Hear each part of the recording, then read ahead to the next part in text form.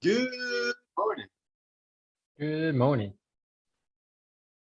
I found something really cool in the washer. Actually, it's not really cool, but you still want to see it? Only if it's not interesting. Oh, it's really not interesting. I found this in the washer. It seemed like such a random thing to find in the washer. That I'm like, I'm gonna keep it.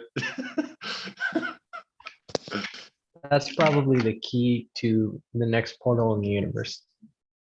Ooh, speaking of keys, that has absolutely nothing to do with keys. But yesterday I went to visit. There's basically like a mountain near the city where I am. And there's like stairs you can climb to the top, and there's a lookout and a bunch of stuff up there. And there was a wishing well. And the girl I was with, like, hey, you want to do it? I'm like, sure, why not? So we did it a few times just for fun. And there was like there's this well, and then there's this metal, I don't know, framework over it with like a hoop. And when you on the say you did it a few times with this girl, No, that wasn't talking there. about We did it. talking about wishing in the wishing well. No, that was different. The doing it part was the day before when we were like in a natural park, and I'm like, well, we never had sex in the forest, so why not do it? Anyway, I'm completely off topic. So there was a metal framework with like a small hoop of maybe like, I don't know, a foot and a half wide. And people were basically like flicking and trying to get it through the hoop and then falling in the well because, I don't know, apparently that's better luck. I don't know why they were doing it, but we're like, all right, let's try. We pretty much took the change in our pockets and just like flicked it. And at some point, all I had left was it's the equivalent of $1 coin in Canada. It's like the biggest coin, like most valuable coin they have here. It's like 1,000. So it's like 33 cents Canadian, something like that. But still, it's the most valuable. So I'm like, all right, this is the one that counts. So I'm like, I'm going to actually make a wish and actually give this a shot. And the wish that I made is like, all right, I'm going to become a millionaire. So this is my next goal. Within the next 12 months, I'm going to make $1 million. I just like flick it in. I don't really pay attention to like hits off the side and then bounces and falling in. But I'm like, I didn't even know if it fell through the hoop or not. But the girl's like, yeah, I went in. So I'm like, okay, cool. So I don't believe in stuff like that usually, but I'm like, let's give it a try. And now I found this. So somehow this seems very valuable as a result. Just because it's shiny and metal. I don't know.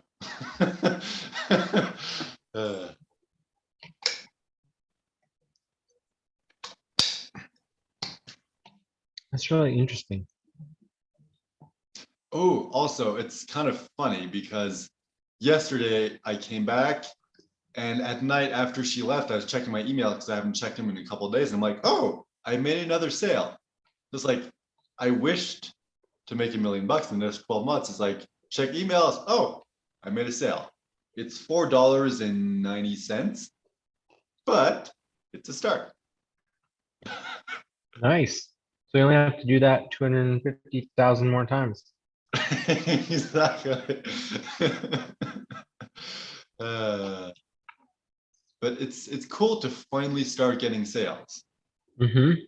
Like now that I've run a bunch of stuff, it's like I've spent over $7,700 something. I forget the exact amount, but like various trainings and like different sources of traffic and testing things out. And some of them sucks. Like the most expensive one, I think it was like $19.70 something cents for one subscriber sign up. Just because the solo ad sucks and it cost me like, I don't know how much for 100 clicks, but it's literally, it came down to 19, like over $19 per sign up.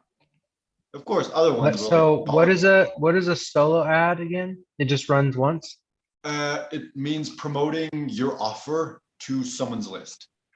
So you pay for 100 clicks, let's say $50, $100, however much, and they guarantee you 100 clicks to your lead, to your offer, and then you get whatever conversion. So it's like the best conversion was about 36%. The worst one, which was that one, was 3%. So the 100 clicks I got, 3 people signed up. It's like, even if I did make a sale because of that, still doesn't pay for it. Mm-hmm. Um, anyway, where was I going with this? Oh yeah, even though I spent a bunch of money and I'm still testing things out and it's costing some money to do that, it's nice to start seeing sales, Mm-hmm. especially since it's for the like Partner with Anthony program, which is like, all right, the cheapest way to get in is to pay $7 per month, but Mm-hmm. there's a bunch of upgrades on the back end. So it's like for that one sale, I could end up making potentially like $1,000 Mm-hmm. or more if they buy other courses within that ecosystem. So in the Mm-hmm. beginning, it seems like, oh, I only made $5, but no, I could make like 1,000, 2,000 on the back end, maybe. You never know. It's just, it's in the beginning, you're like, I'm spending so much and I'm making nothing. Yeah.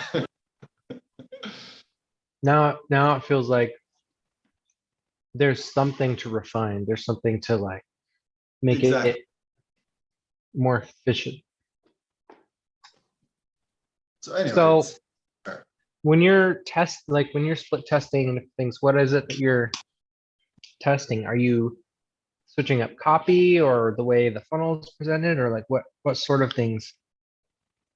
for now, I'm split testing which solo ad vendors work best and how well my page is converting. So I purchased 10 solo ads, only 9 of them ran because someone ended up not delivering. So I got refunded for that.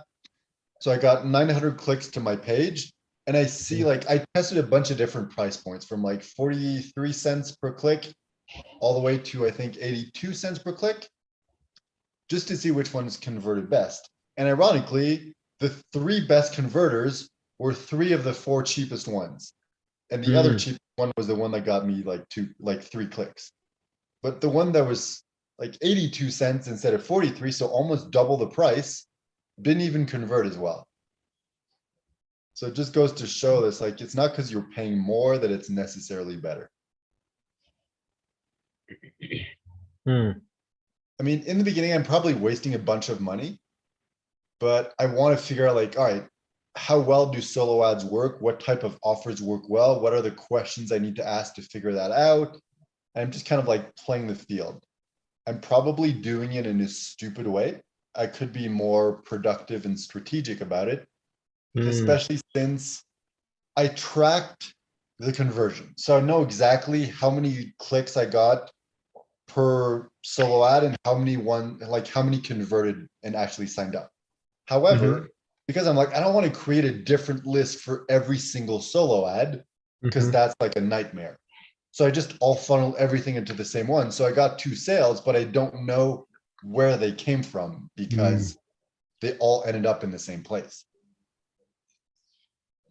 So that is the downside. I should mm, probably in the beginning of like have tested that out just to know like, all right, I got those 2 sales from those 2 mhm, vendors. So I should probably promote again to their list because they seem to mhm. be the type who buy. Yeah. But I mean, that's the whole point of this. I learned in the process. Mhm. So yeah, That's really that's really cool. it's a question of testing. And then a couple of days ago when we last time we spoke, when I was like, oh, I should buy like 100 clicks and promote an ad directly, like an offer Mhm, direct rather than trying to build my list to see what happens. So I purchased that, but his like system is weird. You go on the website and there's like the sales page and everything, and then at the bottom you can buy however many clicks you want. So I went ahead and bought it, and then I just got a confirmation email, and that was it. I'm like, okay, but how do I actually give you the link? How does that work? mhm, Like I reached out by like I think it was on Facebook, and because it was the weekend, I didn't get a response until yesterday. And it's mhm. like, oh, okay, just send an email, like send the link to this email, and I'll get everything set up. But it's like seems very, very weirdly set up. But he was recommended by a guy who's made like millions online. He's like, these are the best ones for solo ads. And Mm. he was number 1 on the list. I'm like, I'm going to trust this guy, give it a shot. So I don't know. I sent the link this morning. So hopefully it runs in the next few days. And who knows, like if I make a sale, even if it costs me like $100, I'm making $400 commission. It's still Mhm. like 300% profit. So anyway, I don't know. We'll see. It would just be nice to start making a profit. Because at the moment, I'm testing things out. I'm building my list. I'm getting a few sales, but I'm spending way more than I'm making.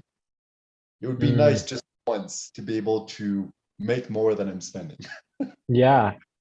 Well, it'd be nice for it to happen every time. Yes, of course. And I actually this morning before we spoke, I received an email. It's from, wait, who was it? Anyway, one of the guys that I recently did stuff online with. I don't know. It's hard to Mhm, keep track of exactly who's who, but anyway, I got an email and he was like, there was a few links in it, and one of them was, here's the best way to find offers to promote, like the best mm, way to find affiliate offers. And he had a list of top three, and like two of them, I think, not only allowed you to promote their affiliate offers so you get paid, mhm, but they allowed you to build your list on the back end of it. So I'm like, wait, this is exactly what we're talking about. This is exactly mhm, what I want to do. And it's just funny how now, like, we're floaching and we're in this state of, okay, how do we figure out to do this? And then, like, the universe is just like, here, this is how you do it. mhm. It's like, I don't even need to do it myself. That's crazy. I'm pretty sure that it's the same type of program that I'm in right now. So it's like, Mhm, hey, you can promote my product and everything, but you kind of like need to buy into it. And it's mhm, by buying into it that you get higher commissions. And that's also how you get to build your own list on the back end. mhm, I'm not sure I'm going to look into that right now because I'm already like doing two different programs. So I'm thinking of just focusing on that for now, mhm, slowly build that up, start getting results, start getting commissions. And once I'm rolling, I'm like, all right, how do I maximize this? What are the other ways that I can continue promoting, getting commissions on the front end and building lists, my list on the back end? mhm, So for now, I'm kind of like split testing and split testing. How do I build my list cheaply? And at the same time, how do I promote offers and get paid immediately? mhm, So even if for now I'm not getting paid and building the list, if I can find a way to get paid and use that money to build the list, I'm okay with that. But I'm just like, I'm not at the place where I can afford to spend like 10, $15,000 building the list to eventually make a profit. I'm like, I need to make a mhm, profit now and build a list at the same time. mhm, Anyway, it's still very new, but yeah, because like 2 weeks ago, we're like, all right, let's do this for 2 weeks. And then at the start of next month, let's reevaluate, let's figure out what our next move is. And mhm, that is tomorrow. So we're at that point. So for me, it's like, all right, I made 2 sales. I'm starting to understand what to do, what not to do, which direction to go mhm. in. So it's just a question of keep doing what I'm doing and kind of tweak things and test different things to see what works, what doesn't. Are the courses that you're in showing you like how those tests are run? The main one that I'm in, like the 30 days and everything, like that's done. Everything from that is done. Everything is set up. Aside from driving traffic, there's not much I can do. I just realized like his strategy is, hey, here are my opt-in pages, and they're gonna, sign up and get promoted this offer, this exact one you signed up with. And on the back end, you get the email, so you get to build your list. But Mhm, when I tried that in the past, it's like, I don't know if it was the traffic source or the system itself, but like the 360 people I think I got as a result of that first rollout were just total crap.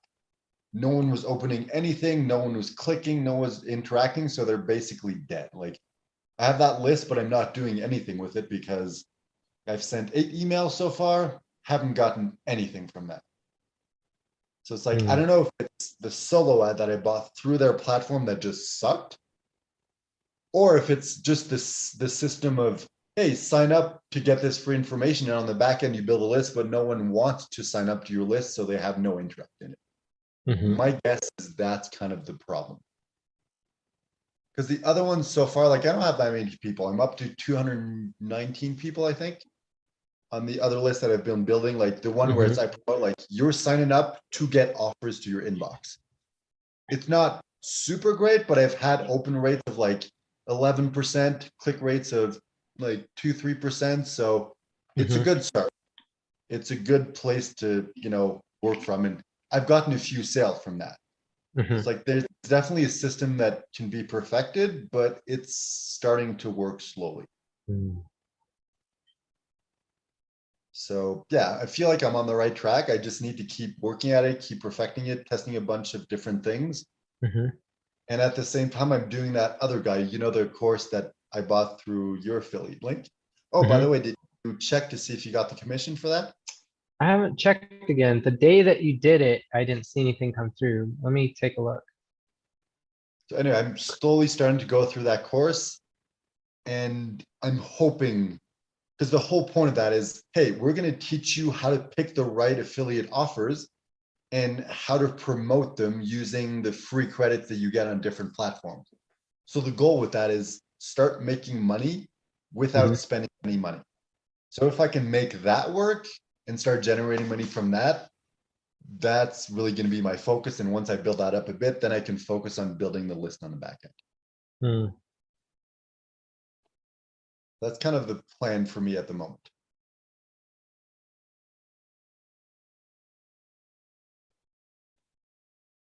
I'm just curious to see how much you're going to get on the back end of that, because there's like unexpected expenses that come with that, like I don't know, the taxes or whatever. So I don't think you get a commission of the taxes, but I don't know how that works.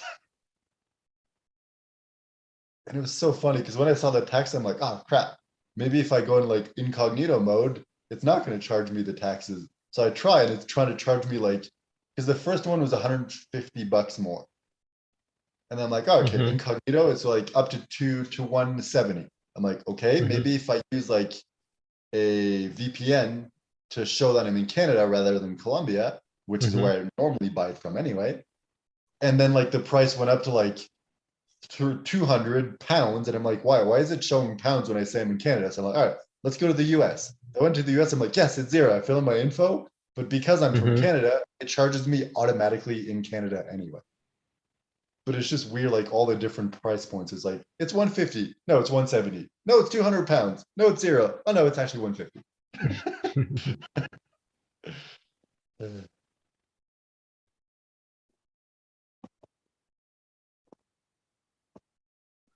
I don't see any. Maybe there's a delay. I don't know. Yeah, I don't know. Or maybe you gave me the wrong link. Maybe.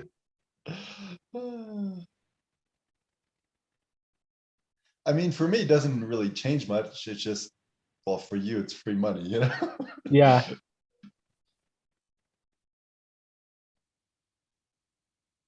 I don't know. I haven't made a commission on ClickBank yet, so I don't know if there's a delay before you see it. Yeah. I mean, I think it's worth figuring out because there's a lot of great, I mean, like proven products that already have their sales funnel built out with stuff that works and converts. So There's another one that I signed up as an affiliate for, and I make 40% commission. It's like $1,000 thing. So it's like I make $400 off the back end. But if I see that it converts, like if I just get one sale, I'm going to go ahead and buy it, because when you're a client and you bought the course, even if it's $1,000, it's like I get 90% commission rather than 40. So for every sale, I'm making $900. It's like if that ends up converting, like, and I'm making $900 per sale, I feel like that's going to be a really good way to start generating money. Oh yeah, for sure. Especially I can spend up to like $899. If I make a sale, I make $1, like I'm still in profit. right. Like, not a lot, but it's like I have such a huge margin to advertise. Right. Yeah, there's a lot of I mean, even if it's an expensive niche, like you can spend several $100s to acquire those people. So I'm really thinking of testing out like a few different solo ads with just promoting an offer directly. And if I find a couple that seem to work well, I'm just gonna be like, all right, what is the best product that I make the biggest commission on, and just promote that. Like, hey, if I pay for 1,000 clicks, and out of those 1,000 clicks, I get one sale, well, I probably still made a profit from that. Yeah. And I also want to Okay. try like lower price point, like a $20 commission or $30 commission, like something lower, just to see like, hey, if it's lower, am I going to get a better opt-in rate, or more going to people sign up, and am I going to make more money? So anyway, bunch of tests coming up. So what about you? How are things going on your end? How are things going on my end? I've been kind of split between work stuff and family stuff. Sarah's birthday today, and so I've been planning. I got rented this yurt. Somebody has a tent that they have in their backyard. It's like one of those like music festival kind of luxury tent type things. Okay. And so they have a bed set up in there and some like electricity, air conditioning, and different things. So it's like $40 a night. And so I rented it for the week so that Sarah can have a place to go and like get away from the kids and have like some personal alone time.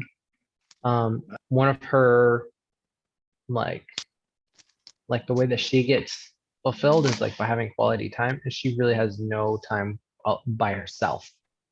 And so like she likes spending time with me, but she also really needs her own space and her own like time to just kind of decompress. And so I got her that as a birthday present. Yeah. Ooh, that looks like a mushroom pancake. No, it's a molasses cookie.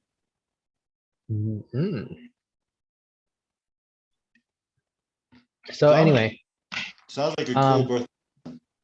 Yeah, so I also got her some silk pajamas, which she was really excited about. And then I made I told you about the crystal that I found when I sold Randy so like a few days ago, Sarah was telling me that she actually wanted, I think I told you that too, that like she wanted a crystal that would attract money. I'm like, I literally found that exact thing. And so like I wire wrapped it with like I wrapped it in a spiral so that it kind of makes like a S shape with the wire. And then I bought a sterling necklace for her to put it on. That's supposed to come tomorrow, so I'm gonna give her that as like an anniversary present, which is next week.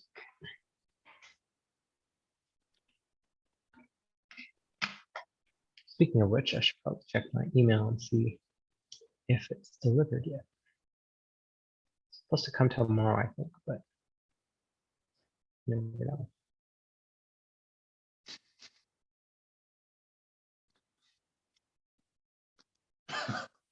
It's funny how it's like I'm setting up all these like business things and I'm like so focused on that. Yet the one thing that when it's going to happen is going to make me happiest of all is when I finally finalize the lease transfer and I'm no longer responsible for the apartment. Like it's been 5 months now. 5 months that it should have been taken care of. Wow.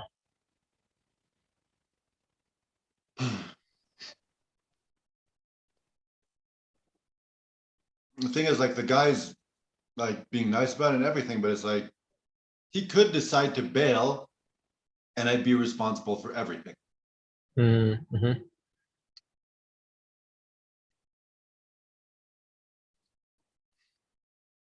well, it's life. Yeah. When I I feel make that like, $1 million, I can just be like, whatever. Here's the money for the entire rest of the lease. I'm canceling the lease. Not my problem anymore. yeah, that's kind of where I feel like I'm seeing more and more that the answer to some problems in life is not make the problem go away. It's like run faster and like make more money, like be more of a producer, create more value. And it's sort of like it's this weird thing. I can't describe it very well in words because it's such a low res projection of what it is. But it's like when you're running, um, like you can run uphill and you're actually going slower, expending more energy.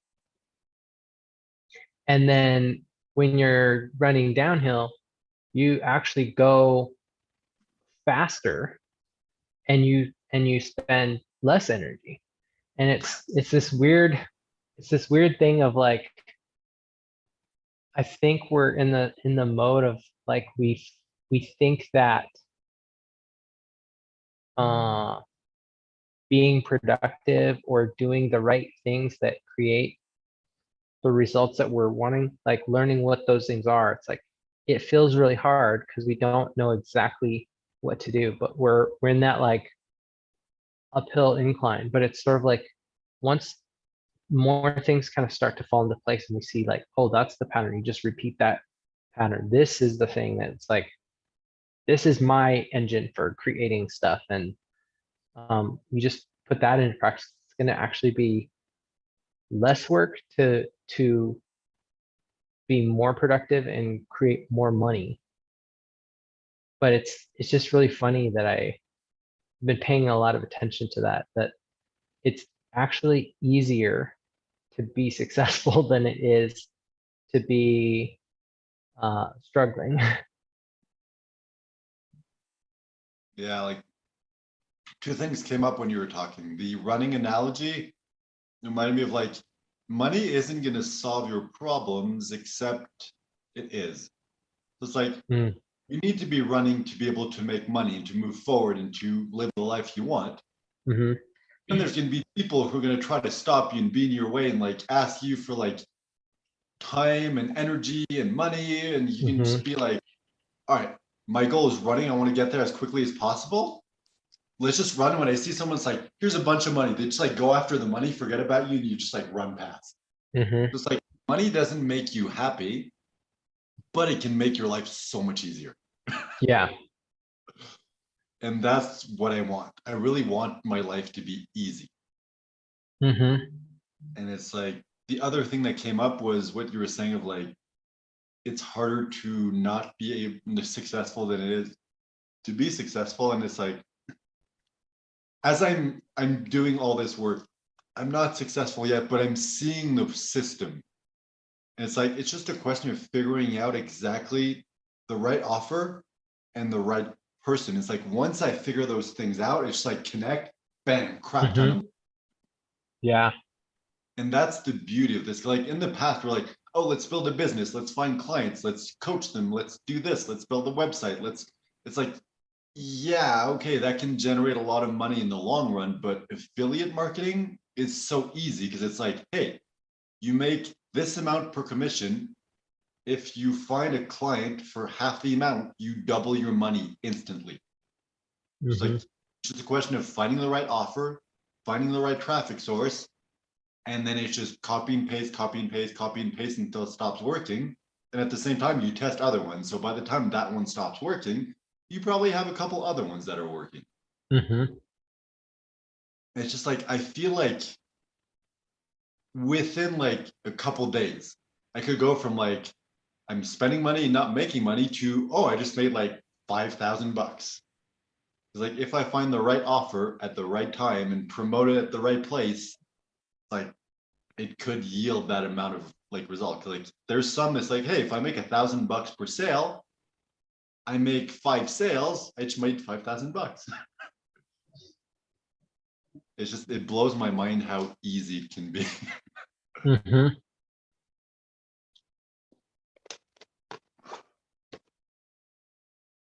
And I mean, you're literally, well, if it works, you're literally making money for doing absolutely nothing. I'm literally like, hey, do you want some free money? Mhm.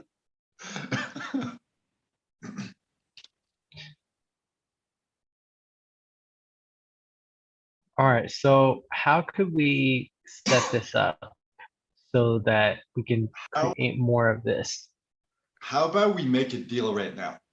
How about every time one of us buys a course or training or coaching or something like that, before we buy it, we look, I'm in. is there an affiliate offer? And if so, we're Mhm. like, hey, go sign up for this, give me your Mhm. link, I'm gonna buy it through you.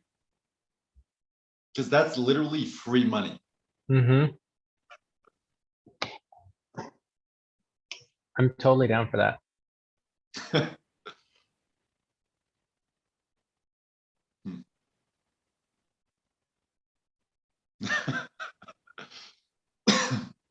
Man, this is, I I feel like we're really dumb for not thinking of this before. Well, I'm not sure. I mean, most people don't advertise their affiliate programs from a place where you can see it from the sales page. So sometimes it takes a little bit of digging to see, like to find out. I feel like if you just have the name of the program and you just Google it Mhm. and type in like affiliate program, Mhm. you're pretty much gonna find it immediately. Yeah. But it's just like it's not something that ever occurred to me. It's only now that Yeah. I'm in affiliate marketing and I'm like going through this and thinking of buying the course, and I'm like, wait, this is a ClickBank product. I'm on ClickBank. I wonder if I could go promote this. I'm like, Mhm. well, I can't buy it myself through my own link because that's a violation of the terms and condition, and I would Mhm. probably have my account shut down permanently if I did that. Right. And then I'm like, wait, Aaron likes money.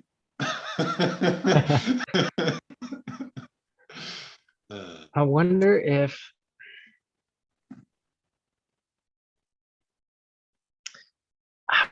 there's a way to set up like an affiliate affiliate link swap for people who want to give people that like I'm buying this course. I'm not gonna like I can't get a discount on it myself, but like if anybody wants the commission, um, let me know. And it just like a place where people can post, I'm buying this, um, just to kind of educate myself.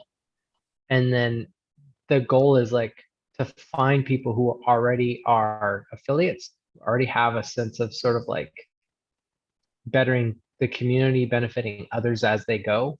Like those are the kind of people you want on your list. And I wonder if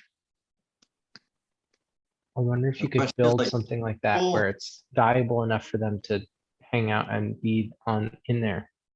I feel like very few people would go through the trouble of like, hey, I'm buying this course, here's the affiliate product, like, and go and create a post and ask like who wants to do it. Most people won't go through that trouble.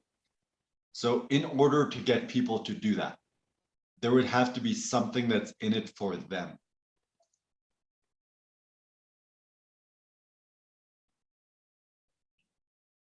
Maybe it could be like partnerships of like, you sign up for this, you get partnered with someone, Mhm. and then whenever they buy something, they give you like the affiliate commission and vice versa. Okay, well, what if it's just like you get partnered up with somebody the Mhm. moment you come into the community? So it's like whoever the last person was, you you get like you start Affiliate buddies. connecting with that person. Yeah, exactly. Affiliate buddies. And so then whenever that person is planning to buy something, like you've already established like a friendship or a connection to them. So it's not like you have to just post it out to everybody and it's like whether anybody's listening, but you meet one person and then it's like if you happen to buy something at some point and be like, hey, this thing has an affiliate commission.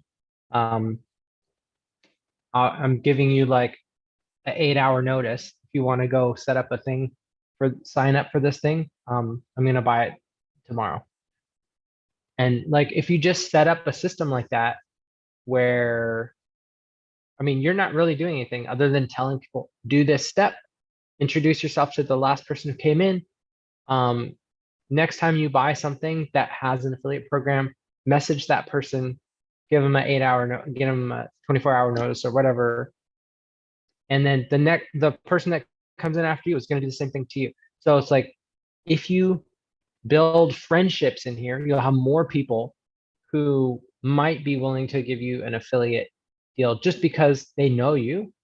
But our goal is to like connect you with people who they're willing to send, the referrals your way. And you can mark, like, obviously having a group of the same like-minded people, like you're going to have like, hey, who's got ideas on like, what's the best way to do affiliate marketing right now? Like, those are some of the things that the community can kind of like come up with. And all you do is just listen to what people are talking about. And let me go pull in somebody who knows something about affiliate marketing, have them talk to the group. You don't even have to do anything.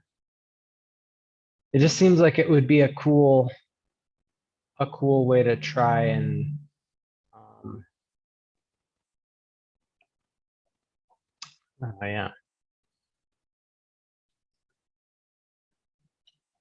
It makes it valuable for people to be in it, even Yeah, if they're not going to do anything. It's like, if I just join, odds are over the next year, somebody might buy something and they might let me know. Like I might make free money. If it's like, if I make $200 for joining this one thing for one purchase, like it's worth it. It might cost me 30 minutes of my time over the yeah. course of a year and I make some free money.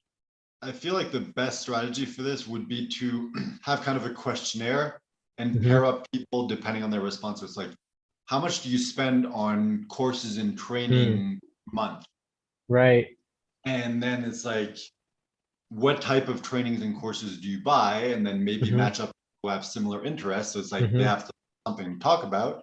And Hmm. it's like, if they're well matched up, no one's going to feel like, oh, I'm always giving him money and I'm not getting any money in return. This isn't fair, even though it doesn't Hmm. exchange anything for you. I feel like people would still fall into that thinking Maybe. of like, hey, I spent like $10,000 on courses. I gave him like $2,000 this year for that, and he bought like one Hmm. course, $50. Yeah. But I feel like it's like, if you're gonna spend the money anyway, Yeah, it's but like, people are like, I'm getting the short end of the stick. For that reason, I don't want to give that person money just because I feel like I'm getting taken like advantage of. It's human nature. I feel like maybe. it's bound to happen at some point. Like we're already friends, so for us it doesn't matter. But for Hmm. complete strangers, I think that would like be something to think about. Hmm. Yeah, if that was the only offer, yeah, I think that could happen. Like if you built, like if I infuse the community with some element of like connection where you know the person even like just a little bit. If you ever, the person that does buy things that they're like, oh, I should probably like let the person know. Um, I don't know, it just seems like I think there's also you could also do things um like affiliate raffles, or like if somebody knows they want to purchase like 3 courses, be like, I have the one person that I talk to, like I'm gonna give them the highest commission, but like I have 2 more things that I'm gonna get like that have affiliate commissions. Like I'm gonna do this in the group, and we'll do like every week. It's like, here's the 15 offers. Like, who do you nominate has been the most helpful? I'm gonna do like 3 random drawings, and then like here's one that's like, who has seen the best affiliate deal that converts really well? Like, and then do things Or that make the what if it's kind of a tit for tat type of thing of like, hey, I'm going to purchase this course. Here's the link. Here's the date I'm going to purchase on. Here's the mm, program. Go sign up. And it's like that automatically enters you into the system and you automatically randomly get paired with another offer within the same timeline. So it's like, maybe you're spending $1,000, the person's going to get like $200 commission, and you can randomly be paired, and maybe you'll make like $20 commission, or maybe you'll make $2,000 commission, depending on what the offer You could do like affiliate swaps. Like, I'm gonna buy this thing. Yeah. It'll be like a couple $100. If anybody is gonna buy something in the next 24 hours, let's do an affiliate swap link or affiliate link swap. So then it's like, whatever's the easiest for you. It's like, I might just message my person, be like, hey, I'm gonna buy this tomorrow. If you want it, sign up. If it's something you're like, this is going to be a pretty decent commission. If anybody else is doing something similar, let's swap our affiliate links so that we get basically kind of close to the difference. Because I'm just realizing, like, you could have been making way more money if we thought of this before. Before I entered into the other program, like, you just pay $7 per month and you like get access and you get 50% commission on just the front end stuff. But hey, you probably could have made a couple $100 off that, and you just like sign up for a month or two while I just go through the program. And it's okay, you could have made like some money there. We didn't think about it because we didn't, well, we were dumb. But it's like, I feel like from now on, by having this strategy, we're just, I mean, because we're still spending the money anyway. So when you spend money, I get to make money, and when I spend money, you get to make money. So it's like, we're not really making money. We're just kind of, we end up saving money in the long run. Yeah, it's just, yeah, it's more like, well, really what it is you're practicing your affiliate networking skills. You're talking to other people who have similar interests, like they're buying information that's making their process more effective, and you are getting benefited by being the broker of that information. Ooh. Could this be a good way to ethically bribe people? So could you find, like, use this as a way of like pitching someone, if you will, of like, hey, I'm going to buy this product. I'm an affiliate marketer, but I can't use my own link. Are you interested in signing up for this? And you giving me your link, I'm going to sign up through yours, and you make like $300 commission off this one thing because I'm going to buy it anyway. Are you interested?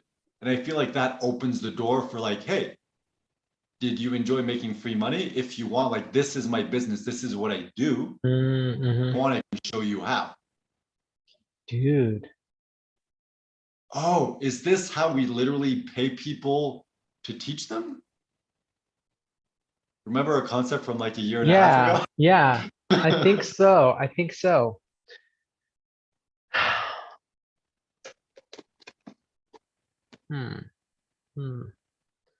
Okay, so I think the way that you do it is not necessarily it being the things that you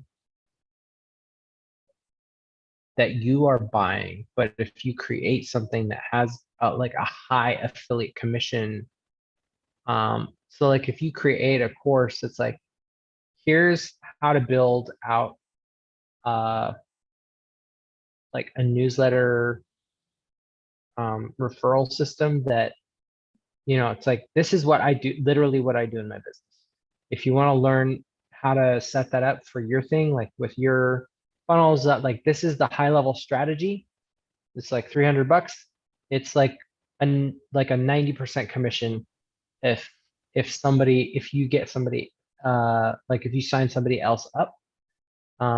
If you want to just copy my business, like here's a here's the subscription fee or whatever. It's like, it feels like you could fold it in to something that you own so that other people are doing the promoting, and that like the affiliate commission is the incentive for them to join the ecosystem. Okay. this may be overly complicated, but I have an idea. This is more further in the long run where it's like, I have something to offer, something that I'm selling. Mhm, It's like, I create my own affiliate program for this. And mhm, most affiliate programs don't allow you to use your own link to purchase it. But if it's my affiliate program, I can choose to allow that. So mhm, what if like, hey, my program's $1,000. However, if you sign up as an affiliate, I'm giving you permission to use your own affiliate link to purchase this. mm, You get 50% commissions. You're getting half off of this by using mhm, your own affiliate link. And then on the back end of that, it's like, hey, did you enjoy making $500? Okay, why don't you use $500 and use this exact training that I recorded for you and use that money to sign up other people and start generating mm, on the back end. So it's like they mhm. get a discount, and at the same time, they're like, ooh, I like getting this like free money. So why not just reinvest this money to start generating more affiliate sales? This is genius, dude. And what you do is like you build your own little affiliate stack of resources. So it's like, here's a guy who will build your funnel for you. Here's a guy who will run your ads for you. Here's a guy who will put your offer in front of an audience. Like, if you want to just take that $500, here's this package. Like, those people will help them if you don't have the skill set. And so then, but like you work out affiliate deals with all of those people. Either they're people that you know from your network that you want to help get their thing rolling, or it's like somebody has a cheap proven offer that works, that you've tested, that fits into your system. But then it's like every upsell, every service, everything that you help people with, if you build it in a way that you are getting referral fees from everything that you're doing. Because I feel like Um, set this up right. Because let's say you're like, okay, the program normally, like, I want to sell it for $500. You're mhm, like, all right, instead I'm going to sell it for 1,000. Set up the system so I still make the exact same amount of money I wanted to make to mhm, begin with. But then the person feels like they save $500, and at the mhm, same time, you get to like basically recruit them as an affiliate for you. mhm, And you can be like, hey, if you use the affiliate link to sign up yourself, it's like 50% commission. But if mhm, you sign up other people, I'm bumping that up to 75%. So for every person you sign up, you make $750.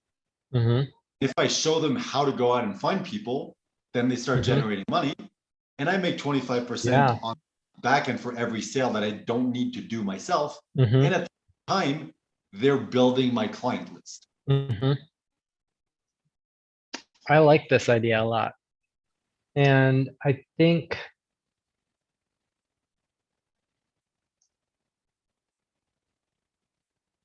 if you build into the process,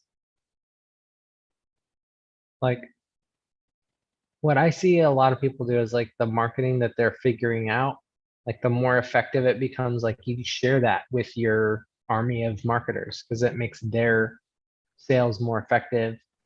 Um, but if you build into the culture of the affiliates that you're training, how to do it in a way that isn't like super promotion-y, but it's like they come across first as a person.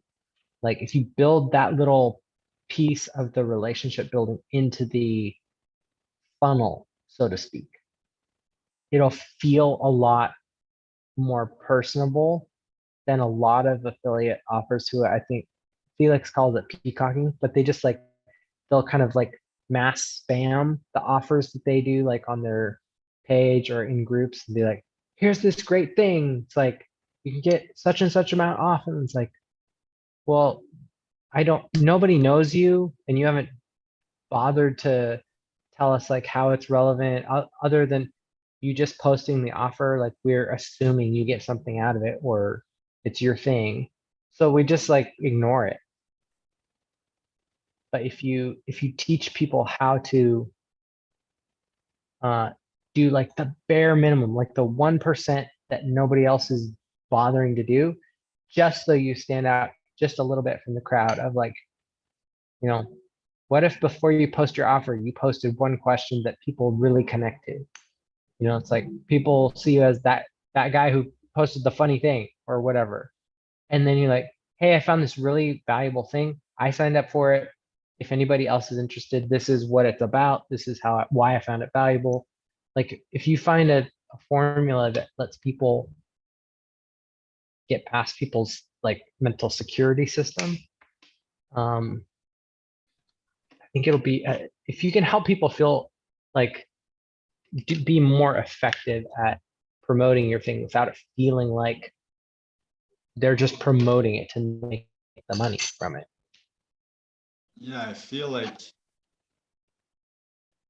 if I don't know, I haven't, like, I just started the course. I've been through the first like 2 sections, the new one, but it's like one of his big things is all these different networks have like credits when you sign up for the first time and start promoting.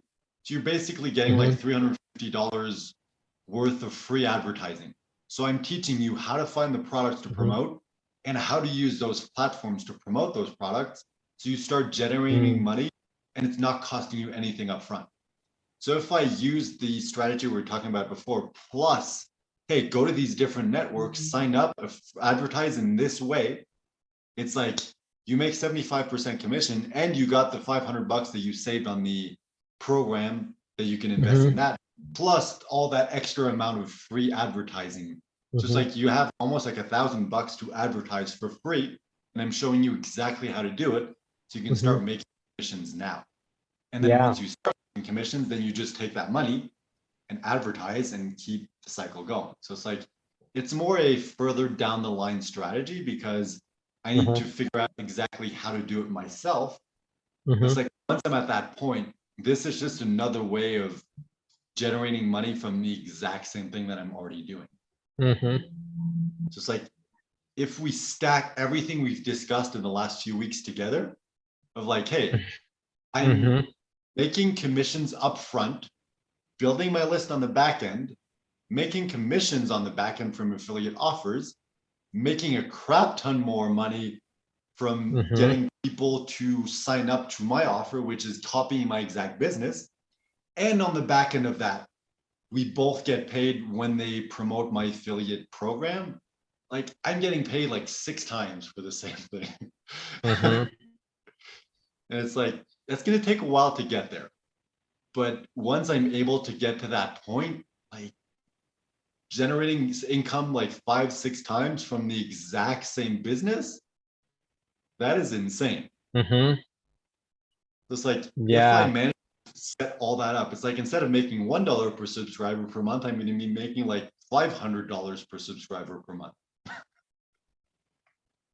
As I don't know what the numbers are, but I'm just saying like this is insanely valuable as a strategy. Yeah, and what I'm seeing is that like, I mean, I'm talking to like Brian and Graham, they have businesses that are making good money online. And they say like this is one of the fundamental like business tent poles of like making money in the business world is working out affiliate deals with people. That's a foundational part of how to support yourself is supporting other people's things. I mean, you see it all the time, like on like at the grocery store, like cross promotional branding, like all of that stuff is just affiliate marketing. And it's like I'm gonna put somebody else's name and credibility on my thing. I'm gonna pay them to borrow that credibility. You know, so it's like there's so many different ways to create income where you're not doing the work. And it's You just funny how it works. Like I'm seeing the back end of this too, because one of like, okay, the program that I'm in, there was also a separate like marketing, or no, not marketing. Anyway, it was a virtual mastermind for $7 a month. Like, I'm going to sign up. It actually really sucked. There was no activity in the group and everything, like no value whatsoever. But one of the bonuses was like interviews that he did with other people who've been successful online. And one of them, his whole thing is like solo ads. So I went and researched him and found like some stuff. And the video I was talking about this morning was from that guy. And one of the offers he was talking about that's really good is the exact program that I'm in. And he was showing screenshot of like, yeah, I've made like $150,000 from promoting this guy's program. And it's like, even people who are making millions and millions of dollars online are still doing these kinds of affiliate deals. So it's, yeah, okay, it's not all people.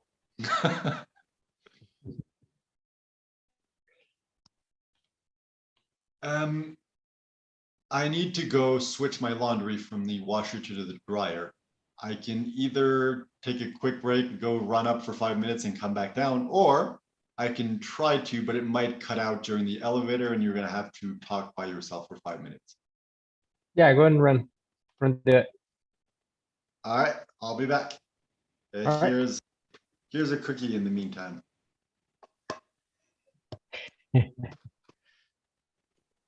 When you come back, it'll be gone.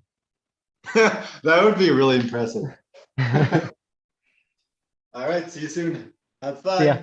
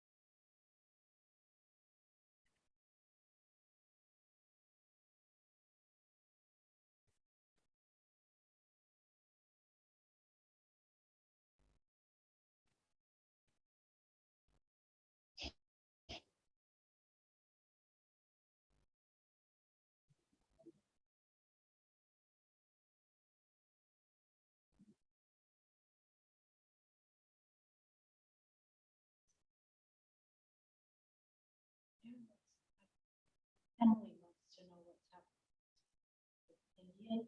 Mhm. I don't know. Yeah.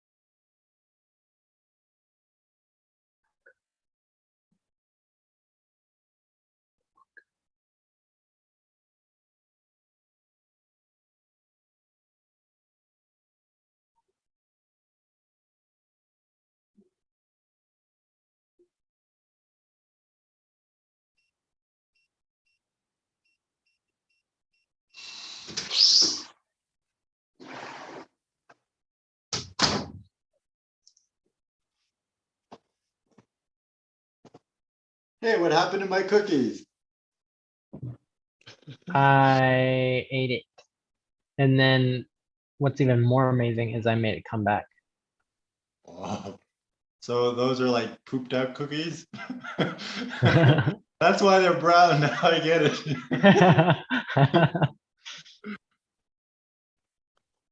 Oh, hold on, I just need to put an alarm on my phone so I know when it's done. Spicy bite.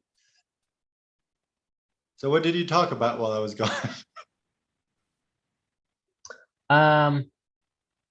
Mostly boogers.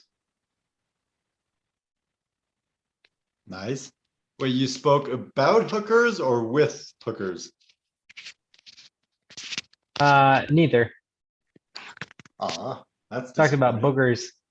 Boogers. Oh, my bad. Well, my question still stands. You spoke with boogers or about boogers? I turned into a booger. Oh man, now I gotta go watch the replay. Uh, actually, now I kind of do want to go watch the replay just to see what you did while I was gone. There's nothing interesting. I mean, of course not. Nothing we ever do is interesting. And I'm still impressed by the concepts we come up with. Where it's like before, we're like, hey, let's make this really complicated way to make money once. And now we're like, let's come up with this really simple way to make money 6 times from the one same thing.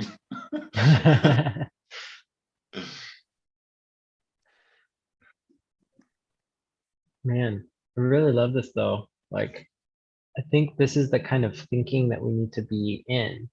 And I think the reality of like turning that into something that can happen is like, you kind of have to do the steps that are in front of you that are available to you. But I think just knowing what the end goal is, like knowing where you're headed, lets you filter things more effectively. Anyway, yeah, I'm excited about this. Yeah, I think we're really in the right space. Like in the past, like we'd have these types of conversations and come up with like really good ideas, but they would require so much work. Whereas Mhm, this really doesn't require the work. Like all the ideas we've come up with is like it's stuff that I'm going to implement in the future. I'm not mhm, ready for it quite yet, yeah, but I'm going to have that in my tool belt the moment that I get there. mhm, So it's like I haven't even made a profit yet, but I have all the tools, or at least I have the map in order to mhm, use those tools to yeah, literally like 10x and 100x my income once I start making it. mhm, So it's not like, okay, I started making money. Cool. How can I make more money? It's like, no, I started making money. Here's the exact strategy I need to implement to triple that money.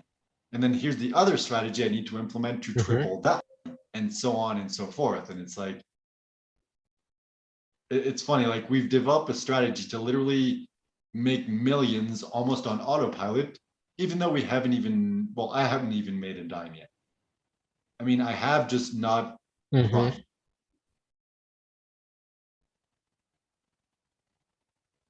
Man, this is cool. It it once again comes down to networking, where it's like we've come up with the perfect systems and the best strategies, and we like finding like affiliate offers and programs and stuff. Like we know what to promote. We have the system in, well, not necessarily in place, but planned Mhm. out. It's like it comes down to how do we get people to buy in, which has Right. always been the problem for everything. It's just that now we have a system and a business strategy that allows us to just make a crap ton of money with almost no work. Whereas before we'd come up with like plans of making a bunch of money, but it would require so much work and so much time. Yeah.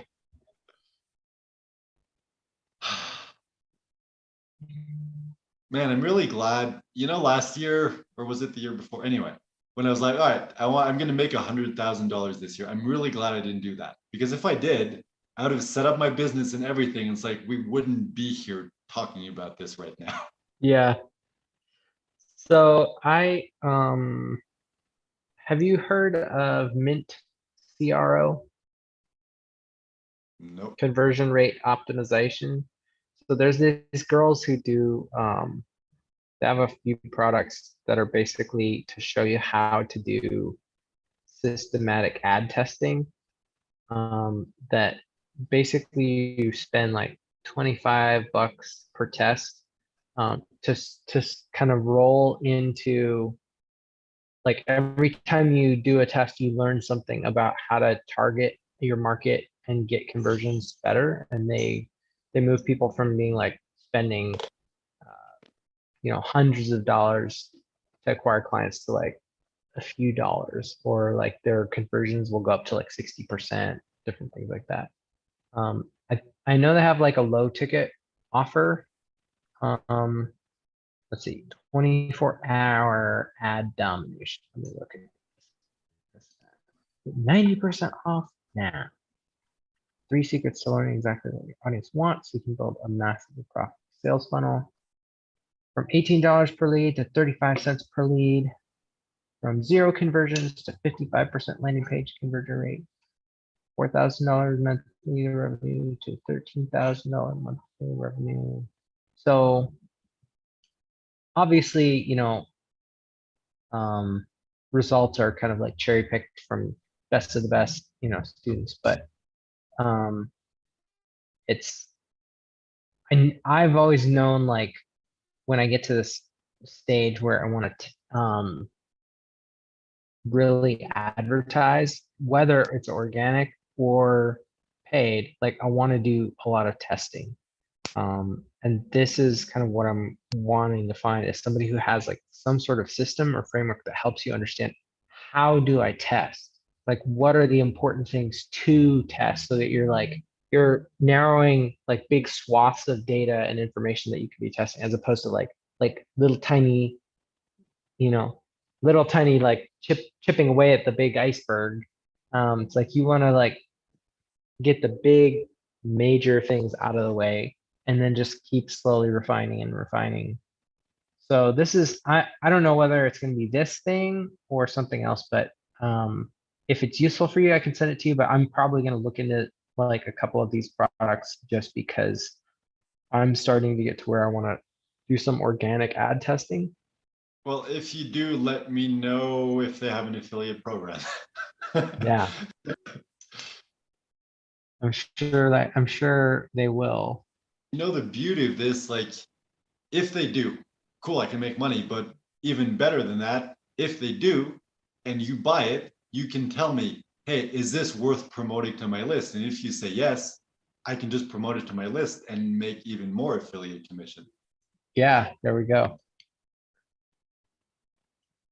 This is really cool to see us get to this point where it's like whatever we're doing, we're figuring out, how do we do this in a way that is going to help somebody else make money? And I think if we could figure out how do we find more people who have that mindset, and help other people build their own little network of, like, you have 2 or 3 people who their goal is, I'm gonna do this anyway.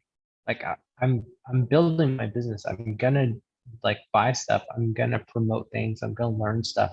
So who can I help as I'm doing it? And you don't have to help a giant audience. You help like the 2 or 3 people that you're friends with. Like, those are the people you want to succeed with you. And like, if you had, if you had the majority of your community trying to include 2 or 3 people in the things that they're doing, just like, if you had a whole group of people, kind of like our group, it's like you and I talk a lot. We stay regularly in touch with Bobby and Jessica. Like, once in a while, we'll kind of like all keep each other up on what we're doing. But it's like, if you had a whole bunch of little tiny pockets of people like that, as opposed to every man for himself. Like, I'm just here to see like what kind of thing can I like grab and like sit on and like, maybe I'll implement, maybe I won't. Like, I've got to figure out how to analyze our group and draw a circle around that kind of person as our target market. That's what I want to create a community around. It's funny because I've had two realizations recently. First one, I think was this morning. Mhm. When I realized, you know what, I enjoy this like research and finding different like products and courses and stuff like that to promote, because it allows me to figure out like what courses am I interested in, because a lot of these offers I'm looking at them like, okay, it seems like a good valuable offer to promote. Then I look into it and I'm like, I want to buy this. And it's like I'm learning at the same time as profiting and everything. It's like part of me still is attracted to that whole concept of find two or three people that are doing exactly what I'm doing and then literally just copy and paste their exact model. But part of me is like, nah, I kind of enjoy doing the research and finding it myself, which was surprising. And Yeah, the other realization, go ahead. I can't hear anything. I think you're too far away and the Bluetooth headset is like disconnecting. Let me try again when I get back in the room.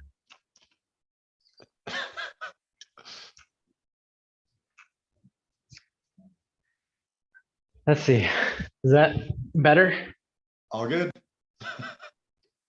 Yeah, I was just agreeing with you. Like, a lot of the enjoyment for me is like the research and the consumption of information. Yeah, because for me before I was always like finding a course like, ah, crap, I gotta spend another $1,000 to do this, and then I go through the training and it's never quite what I expected, and then I do the work and spend the Mhm. money, and I'm like, well, that was a waste of time. But it's Okay, like so if I what do get you to think do about? that and just cherry pick what I want out of that course, Mhm. and I get to sell it and make money from it, it's like the best of both worlds. I get to keep learning, figure out what's out there, staying up to date, and at the same time making money. Mhm. Okay, so what if we did our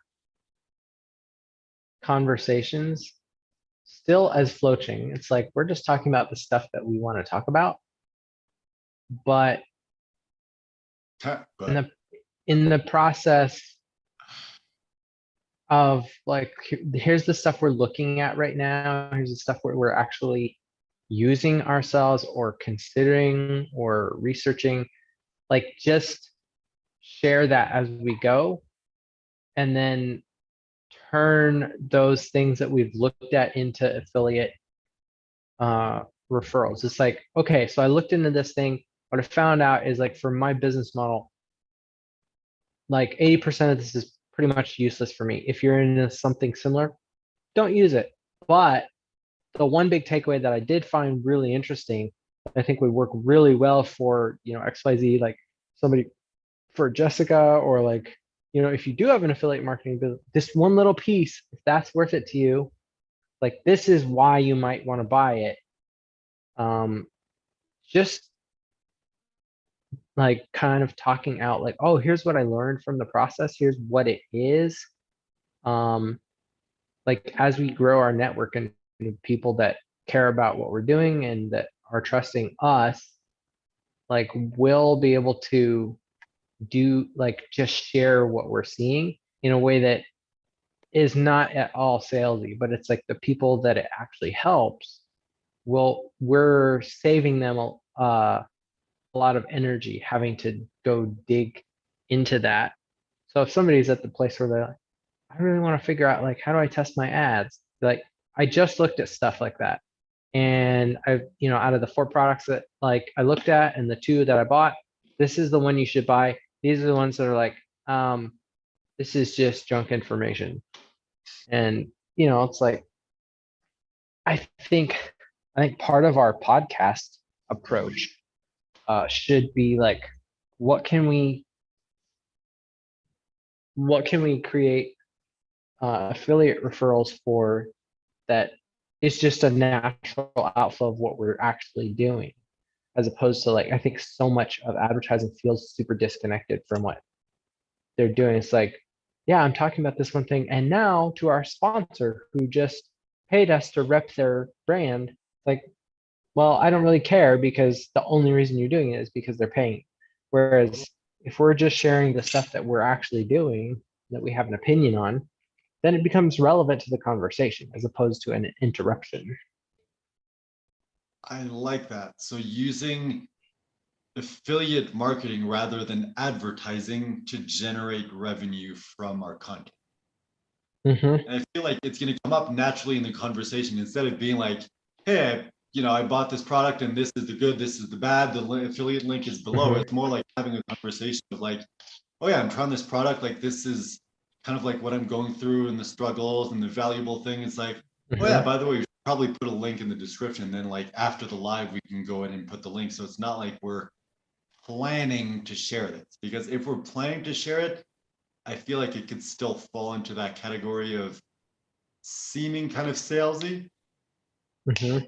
I think Well, that, even if we're like, planning it, I think that, yeah, I think the thing is like, for me, like I don't mind commercials where it's very obviously a commercial break, but when they say like, I'm not just promoting this because they approached us for being a sponsor. Like I actually use this product and here are the things that I've experienced that make it, this is why you would want to use it. And here are the things that I don't like then. And if these are deal breakers for you, like they actually give you a real accurate description of what the product experience is. yeah, you're right. And if the approach is we're just sharing the programs and the trainings that we're using Mm-hmm. and giving you the link if you want to sign up. Yeah.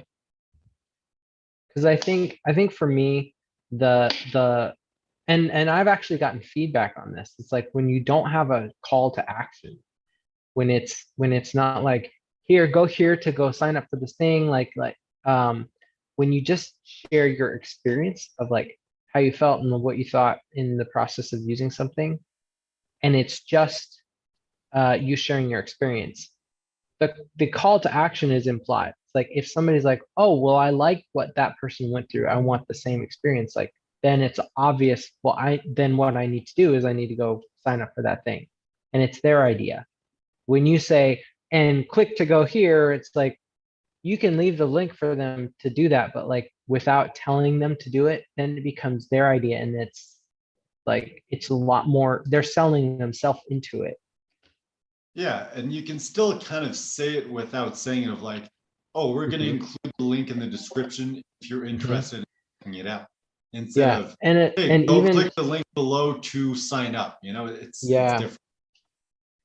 yeah, and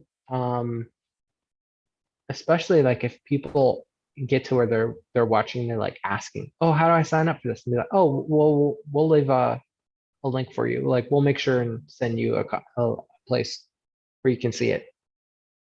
This reminds me of back in the day, like, I don't know, 4 or 5 years ago when I was listening to a lot of podcasts as I was working. Like, I would, a lot of the times, like, I'm listening and working, and like, I'd hear something and I'd pause. I'm like, all right, take a note. I need to go find this. Mhm. It's like if you're listening for interest. So it's like if back in the day I'd listen to like, I don't know, self-help like podcasts Mhm. and writing podcasts and things like that. It's like because I'm listening, because I want to learn information, whenever something that comes up that I'm like, oh yeah, I can use that. That's going to be valuable for me. It's like Mhm. I want to know how to get more information. Mhm. Whereas like you were saying, normal podcast promotions are like, we're talking about, business today. By the way, go buy these socks from this completely unrelated person that has nothing to do with what we're talking about just because they gave us some money. My favorite is like VPN subscriptions. I'm like, why is this even relevant to me? The Like, funniest to me, and it's happened a few times, was I forget the company, but it was for like self-help podcasts and stuff like that. And they were promoting underwear. It's like, why? What does it have to do with anything? It's like, if you want to feel more comfortable in your head and in your body, go buy some underwear. It's so weird. Uh, but yeah, I like that. Becoming our own sponsors. Because usually podcasts and shows like that, like, okay, promoters come and they like pitch you and you're like, okay, we're gonna promote your Mhm, product. Like, no, we just find products that we use anyway, become an affiliate, mhm. talk about it, and share what we're doing. It's like, hey, by the way, there's the link. Yeah, All right, should we put this into practice just for fun? Even though sure. like barely anyone listens to this at this point, we never know what's gonna happen in the future. So what is the like, is there any program that you're currently going through? Um, I mean, CrowdScale is one that I have an affiliate link for that I'm actively building. It's like if there's anything that I could legitimately promote, it's like that. I'm paying to be in the community and I'm spending a lot of hours making the community the kind of community that I want it to be. So it's like that's something that I feel like I'm pretty comfortable repping. Okay. Um, I don't know how, like, what's valuable in it for you? Because I don't like, you've spoken about it a few times, but I don't really know the specifics of it.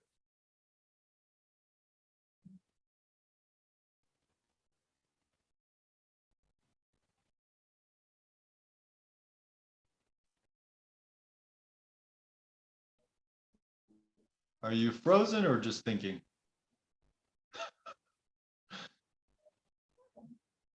It looks frozen. Like you were cutting out quite a bit, and it looks like your internet is like your video is very choppy. Hold on, let me stop the video and restart.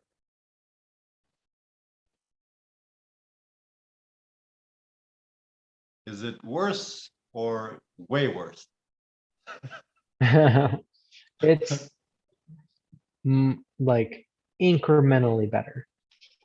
All right, or I can The just turn off the video if we want. image cleaned up a little bit. All right, well, I'll leave it on for now. If it cuts out again, let me know and I'll just turn it off. Yeah. So I was asking, like, what's unique about crowd scale? Because you mentioned it a few times, but I don't really know the specifics. Hmm. So crowd scale is primarily like a JV and support community for online entrepreneurs. So it's a place where you can partner with other people who are experts in their field. So like if you don't want to have to do marketing for your business, find somebody who's good at that, and then you work on a deal together. Um, if you like, there's a couple people who have established programs and they want coaches to run their programs. They don't actually want to like be the fulfillment, but they want like they already have modalities, they already have um, training. So they're certifying other coaches to be able to teach their material. Um,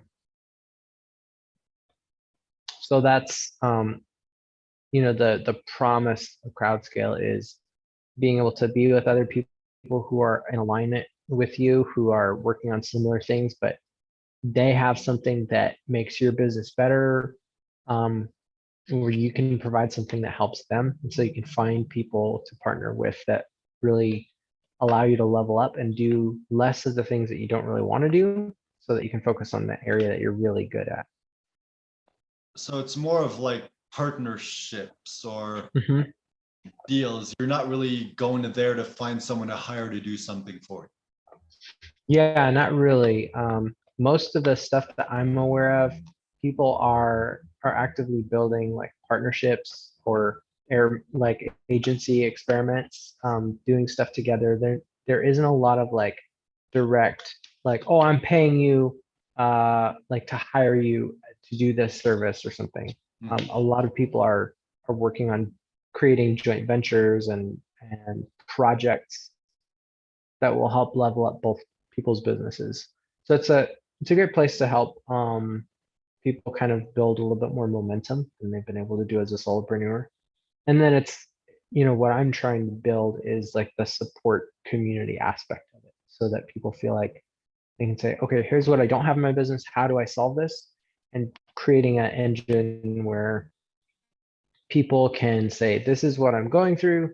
This is what I'm trying to fix. How do I do that? And the community will like source the answer or help them solve the problem.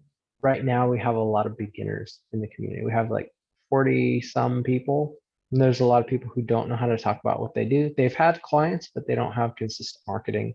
They don't have basic low ticket offers. So they don't have anything that they can get other people to market for them. And they don't know how to market. So they're struggling to find clients. So a lot of what we're doing right now is just getting the basic foundational, like, here's the stuff you need to figure out is like, how do you talk about your expertise? How do you have an offer just regularly going out every day in some audience somewhere? Do you have a way to talk about what you do in a way that your market understands what the value of that is? Like that's a lot of the stuff that people are trying to get the foundational skills built, but as they're doing it together, like people are starting to make a little bit of progress. But it's the like any kind of human nature thing. It's like creating motivation for people. It's a big task because everybody's different. And so trying to get everybody making progress, like figuring out how do you solve for that in a broad way is quite the puzzle. You have to do it. You have to basically provide people with the tools so that they do it for themselves without them feeling like, oh, I'm doing it all myself. Like you have to build in some sense of shared group experience. But the reality is like for you to have the best experience, you have to figure out what it is that you actually need. Okay, that makes sense. That gives me an idea of what it is. Mm-hmm. Yes. So yeah, we have a Facebook group and we have like a base camp, which is like project. So the people who are doing partnerships, they might start a project where they can track all kinds of things, have a calendar, that have task lists and stuff. But a lot of people just network and hang out in the Facebook group and be like, hey, this is what I'm doing. Does anybody have a resource on this or know how to do that? So how does it work for you? Like, is there a link that you can just like drop in the description if people are interested, they can go check it out and it's like, you're going to get credit for getting them in? Like, how does that work? Yeah, I can. Personally. Yeah, I have two affiliate links that if somebody just wants to join, I have an affiliate link that it's like I forget it's like 30% commission or something. And then I can also do a JB affiliate, which is basically if they sign up as an affiliate, any affiliate that I sign up, I'll get like I don't know, like 5% or 10% of all of the signups that they get. So,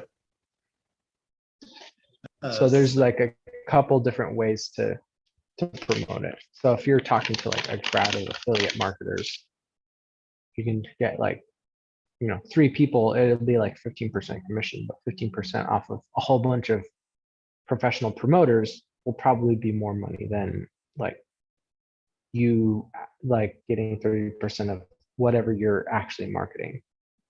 Yeah. All right. So I guess, I'd say we, but you. So I guess you should put the link in the description. It's cool because like you mentioned it a few times and it's like I knew basically what it was, but I didn't know the details. So it's finally, oh, that's what you're doing. Yeah. It's cool. I mean, it's like it's one of those things where it's a really weird, like there wasn't really anything to begin with. It was just like everybody in a group. Now what do we do? And we've just sort of been kind of figuring it out together as a group. And it's it's one of those things where, for the people who are in it for the long haul, it's very inexpensive, in terms of like a couple $100 a month compared to some like high-end coaching programs. And Yeah. my goal is I would like to make it way more valuable than most coaching programs, because a lot of places are, here's the information, and then it's like either you want to do that or you don't. And even if you do want to do it, like, do you have the support system that creates the motivation and prompts for you to go ahead and do that stuff over and over again?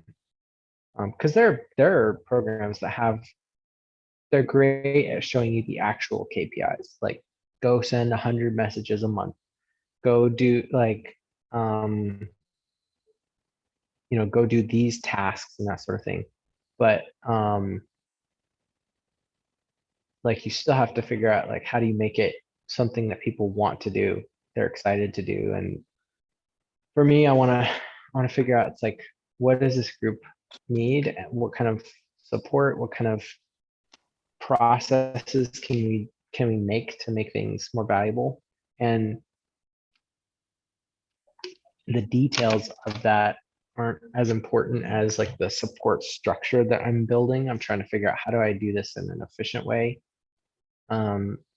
so that I have basically the scaffolding that I can apply to any community that asks me to help support. So I'm like, okay, this is what I know has worked in this scenario. This is what I can help you build or design. Like, that's really useful in terms of like info products. That's stuff that I can sell over and over.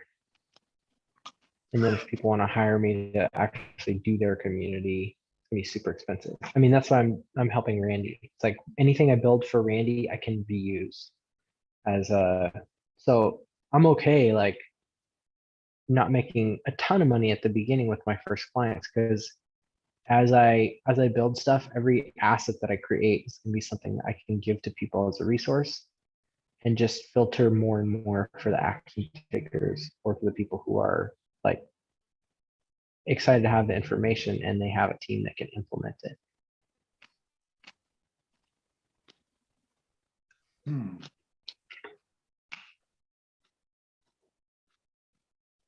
Okay.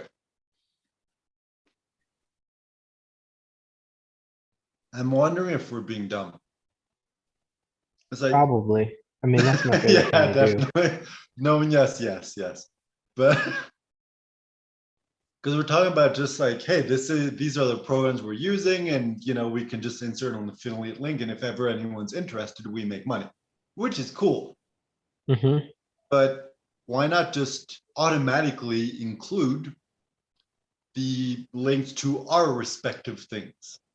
Like, hey, why not include the link to my newsletter? It's like, hey, if you want to make money online, I'm going to send you offers for exactly that to your inbox every day. Links in the description. It's like, why aren't we doing that? Even though barely anyone's watching at this point, why aren't we building the habit of that being like our default of like, hey, this is who I am, this is what I do. If you're interested, there's the link. Like, I think we should do that. Or like our idea business.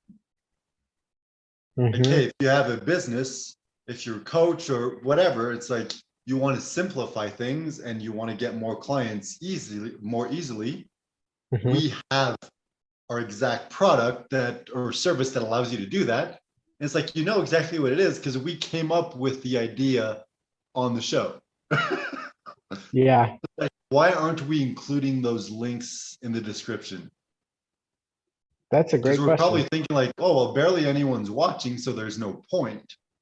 But we don't know what's going to happen, because these are live. Like, they're going to be on the internet for dozens and dozens of years.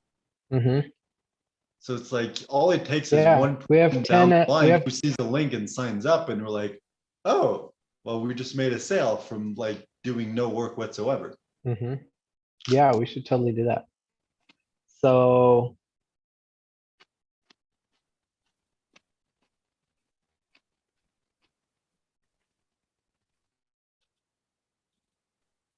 Because I feel like excuse me. once we write the description and insert the links, we can literally just copy and paste in every single video.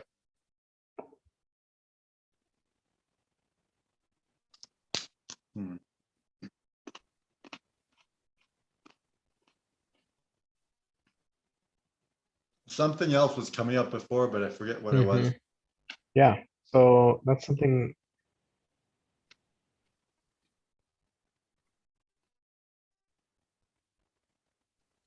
Hmm. A little bit of that chewed up cucumber. I like cucumbers. And since, we're live and it's like kind of a show, it's like, and cue the cumber. I'm sorry, that was bad. Just like this show. Perfect.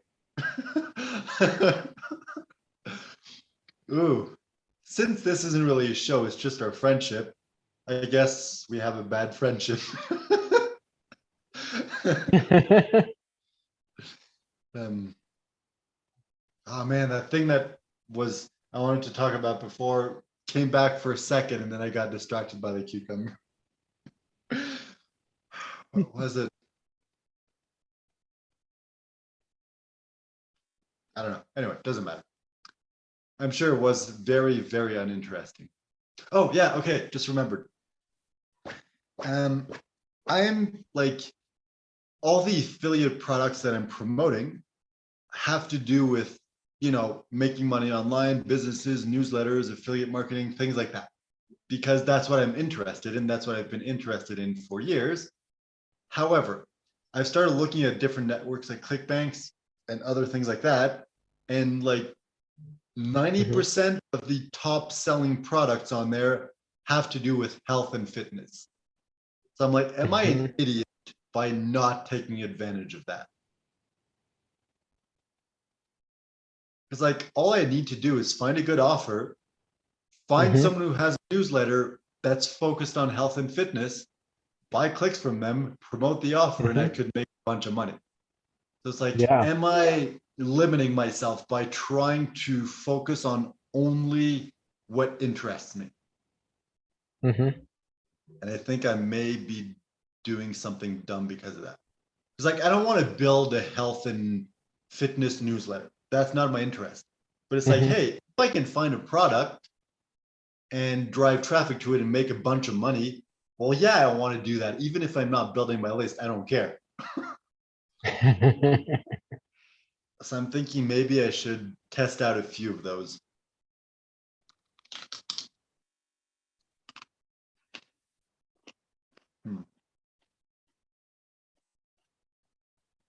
So I think that's the next level of like being dumb. And by being dumb, I mean like keeping things super simple. Mhm. Like, hey, these are the top selling affiliate offers. Why am I not promoting them?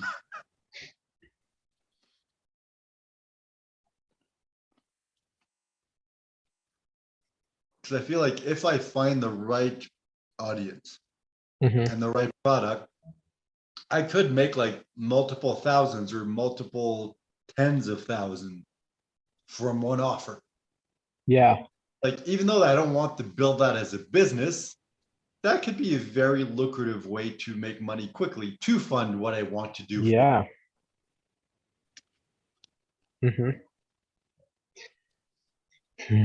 I was literally going through the list. I think it was on ClickBank or another one of like the top affiliate programs on the platform.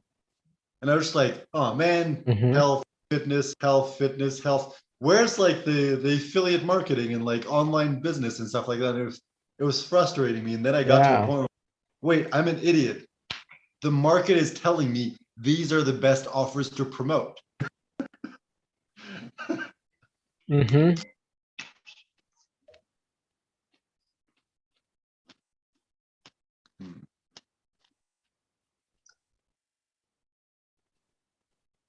I guess I have to test a few of those out. Does I later, well, I mean, okay, I got 900 clicks.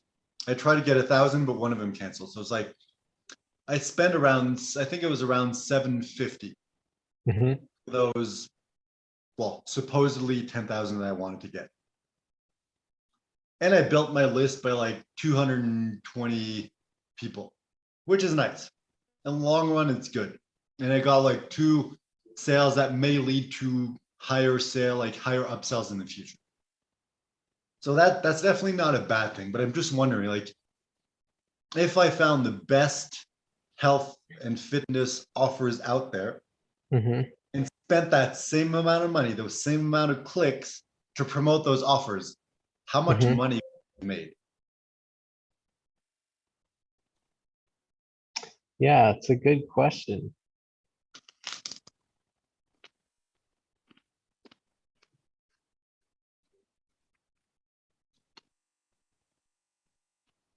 I Okay, sense, so yeah, what you're saying is like instead of running traffic to your newsletter, just run traffic directly to their sales pages that already yeah, have proven sales copy. And then you might be making like higher commissions in the short term until, I mean, because building your newsletter is like a long-term asset. Like you can make way more money once your copy is consistently converting and you know how to promote stuff. Right now, it's like um, it's not as valuable in the short term, but in the and I, long term it is. So what I wonder if like there's like a ratio of like how much you promote other people's stuff that's already proven as well as like kind of going through because I feel like right now I'm spending money to build my Mhm, list in my business, which is good, but I'm not generating any money. So I'm just spending and spending and spending. And at some point, I'm going to run out of money. So I yeah, think the better strategy would be split testing it using the money I have now to figure out how can I generate money now. And then right. once I figure that out, then I can use that money to start building my list and my business in the back end for the long run. Mhm, So I feel like I'm kind of, it's kind of like I skipped step one. It's like step mhm, one, generate money now. Step two, mhm. invest in building the business and the list for the long term. And I'm just like, Yeah. no, I'm gonna skip to step two right now. So yeah, I think I was being dumb. No, I was definitely being dumb.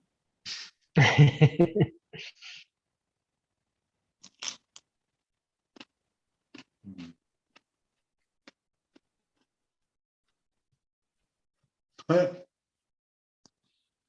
And like I should test a bunch of different ones because I know there's some for like, as an example, insurance or I don't know, real estate, where they just Mhm, pay you for the lead. The person just needs to mhm, give their contact info and you make like 50 bucks. Like they mhm. don't even need to buy anything. So I Right. should definitely be testing those out. So I should test because so far I've tested out like more higher end offers on Uh-huh. the like marketing sector, if you will, like business, online, stuff like that. So I think I should Mhm, just be trying like a bunch of different stuff kind of all over the map, but that have been tested that mhm. I know convert well, and Yeah. then just test them all and see what works best. Mhm, And then whatever works best, just focus on that until it stops working and use whatever money I make to then fund the business and just mhm. grow everything there. Yeah. Like the program that I'm in, the guy when he started off online, like I don't know, 12, 15 years, I forget how long ago, but when he started, his thing he was promoting is credit cards. That was Mm. his thing. He just found like a way to promote it that other people hadn't thought of. And he was making like $100,000, $200,000 per month doing that. Wow. And then like at some point, something changed and it just stopped working. He went from like 200,000 to like 10,000 per month. But it's like he had that money and he had the understanding of like, okay, this is how business works. And then he was able to apply that to other things and other things. And eventually he built the business where it's like, I like making money online. I like, training and things like that. That's the business I want to build. But he didn't start off like that. He started off with what makes money now. Because basically his story is his dad like invested unwisely, basically lost all his money for retirement. And he's like, I want to help my dad. How do I make money quickly? Figured out a way to do it and made a crap ton of money. That's like his story. And it's Wow. just like realizing I've been doing it wrong the whole time. Because the whole time it's like, I want to build something unique that's me, that represents me, that I love and everything. It's like, yeah, that doesn't work. And I realized that. And then I'm like, all right, let's be smart. Let's do this the simple way. And now I'm realizing once again, I was dumb. So it's like every time I'm like, okay, I wasn't as dumb, but I was still dumb. This is the smarter thing. It's like, oh no, I was still dumb, but this is the smarter thing. Yeah. It's nice to be dumb though. I agree. Ooh, All right. speaking of dumb things, you've seen Ace Ventura, right? Remember the second one where there's the bat? Seen and heard. What? I've seen it and heard it. Yes, of course. Anyway, remember in the second one when there's like that bat that's worshipped by the different tribes and it's called Shikaka. Remember? Yeah. 2 days ago, I went to a like nature reserve near here and it's called Shikake. So the whole time I was like, Shikake. I'm just having so much fun with the name. Like there was a bunch of different places I could have gone to, but I chose that place just because of the name. That's awesome. So yeah, all that to say, I like being dumb.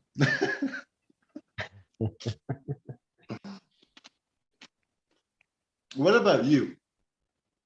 Have you been dumb in your business?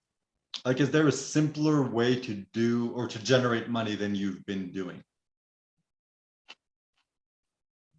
Yeah, it's gonna take a little bit of work to set up, but once I have it set up, like I feel like it's so dumb that I haven't gone ahead and done this, but that's what my goal is this week.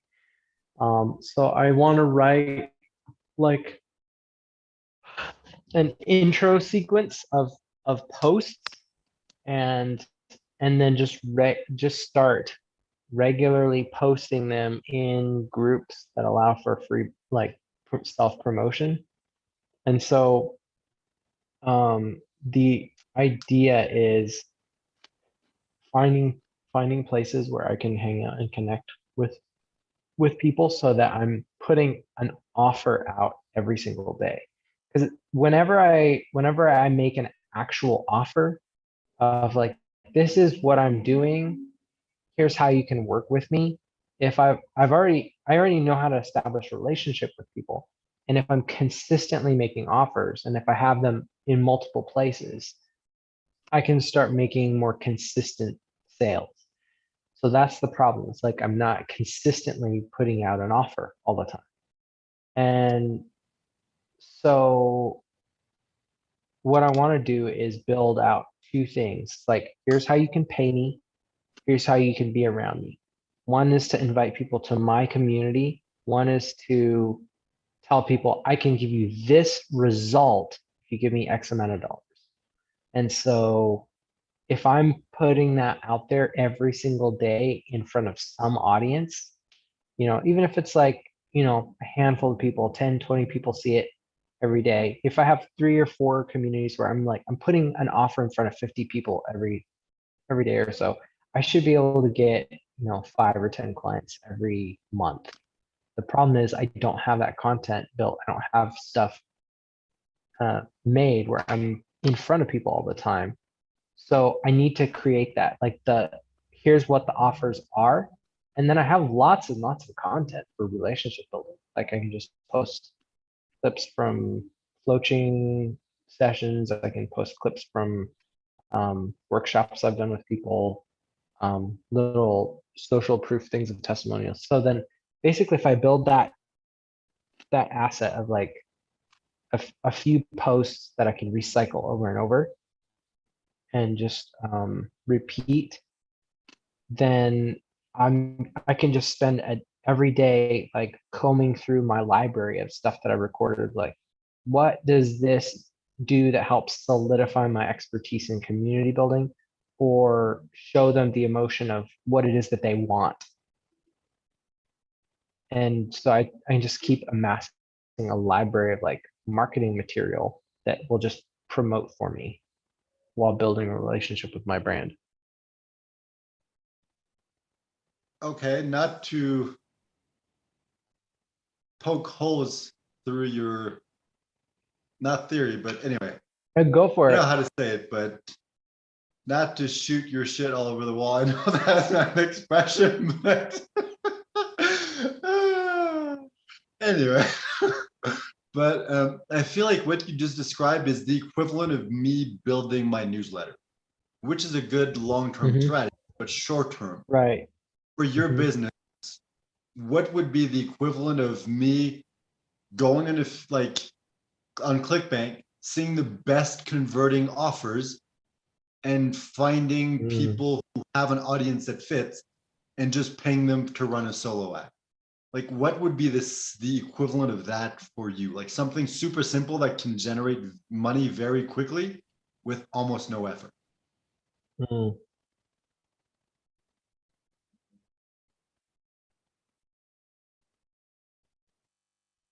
And I don't just mean like, hey, getting someone to be like, yes, I want to hire you for $1,000. It's like, yeah, you make $1,000, but you still have to do the work on the back end. Right. Right. It's not about the money. It's about how can you very easily with almost no work generate money.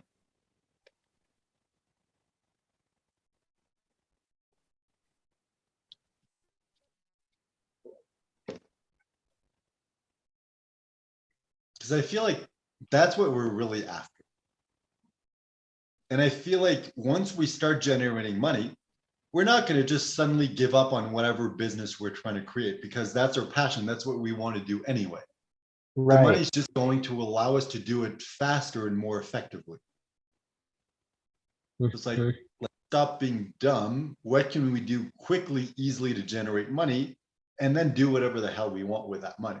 And the thing is, knowing us, whatever the hell we want is probably going to be growing your business. Yeah.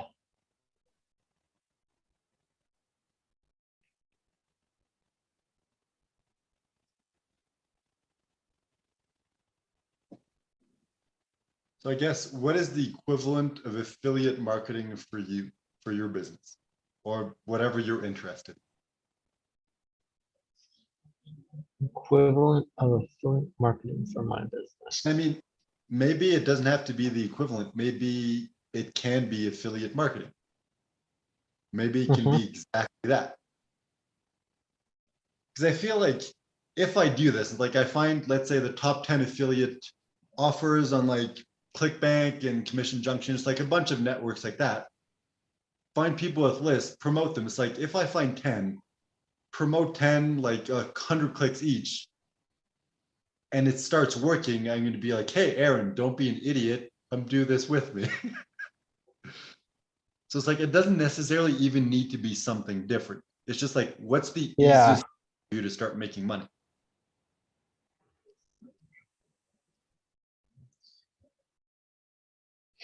It's like, Hmm.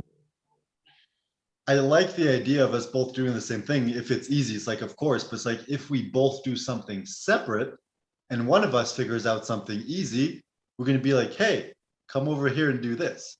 It's Yeah. like, if we both do something different, we're going to be doubling our chances. Mhm.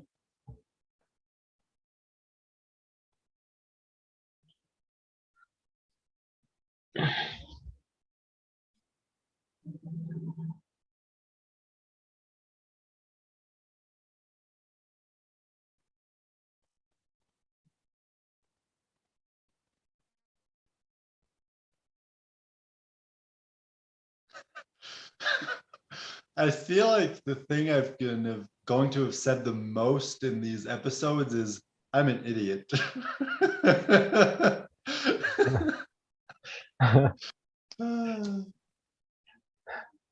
there a podcast called We're Idiots? Probably. I feel like there isn't No, like, anything. there's not a podcast called We're Idiots. There's a podcast called Aaron and Guillaume are idiots. That would be hilarious. Oh man. Mm, All right, let's do an extreme example. Let's say, I don't know. Let's say your daughters get kidnapped and the kidnappers are like, you have a week to pay us $5,000 and you don't have the money. How would you generate the money? Aside from like, asking family and friends, like aside from the obvious, like if you had to actually generate that money, how would you do it? I'd come up with like $5,000 offer and just post it everywhere with the sob story of like, I'm trying to get my kids back. I mean, Okay. no, like very, very realistically, it's like for me, selling is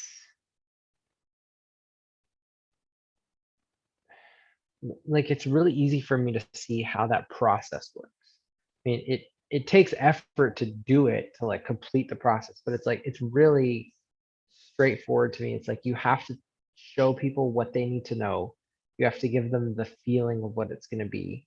You have to help them understand it, and then you have to tell them this is what you got to do to have that experience. But I mean, it's very straightforward. I've never had a hard time selling when I had something to sell and somebody who was asking about it. Okay. In that case, what can you sell that you don't have to deliver on? It's like, is there an offer that you can sell and make $5,000, but you don't have to do the back end work of actually providing that service? Like, that's why I love affiliate marketing, because you don't have to Mhm. create the product. You don't have to create the system. You just have to Yeah. find the buy it. And I feel like that is one of your strong suits. Hmm. It's like, if that's what you're good at, how do you, like, what can you promote? What can you sell that's going to give you a lot of money for not that much effort, and you don't Hmm. have to do the work on the back end?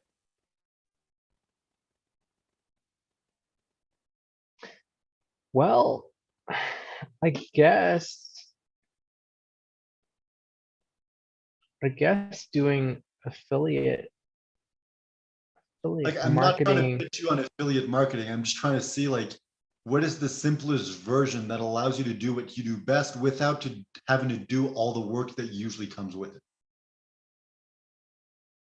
And it's like, maybe it's just tweaking what you do, of like, find someone who has an offer and be like, all right, pay me to go sell this, and you just get paid because that's what you do anyway. But it's like, Mhm. you don't need to deliver the service. Like, you selling Okay. is the service itself, you know? Okay. So maybe what I should try is like some of the people who are in crowd scale who are like, okay, I have something that needs an offer. Like I can sit with them and just figure, okay, here's how I'm going to say what your thing is, and just do like a podcast with them where the goal is I do all the heavy lifting of selling. So rather than being in a like on a discovery call with somebody, I'm doing an interview where my goal is to position them in the audience's mind as like, this is why you would need to hire this person. And dang, I'm trying to figure out like how, because the problem with a podcast is it's not super targeted. Like you're just kind of whoever happens to tune in. And I don't know how you would get people's attention other than like promoting, this is what I'm talking about coming up in the next few days. But like just literally having a conversation with people and then hitting the notes that we need to hit. Like, I feel like I could build that into a skill set very quickly. It's like basically selling on behalf of somebody else in a conversational format.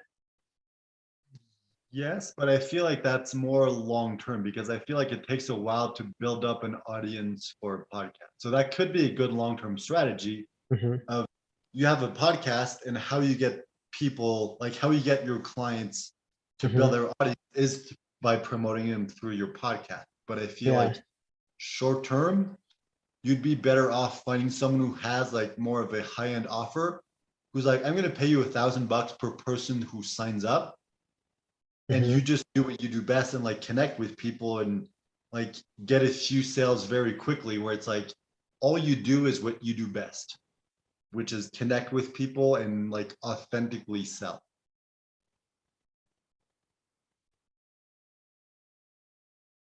It's like it doesn't necessarily have to be affiliate marketing because what you're selling anyway, it's like, hey, let me build your list, let me get you clients.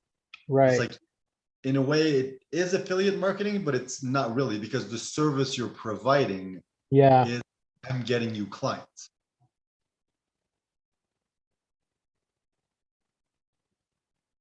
Yeah, I think the honest,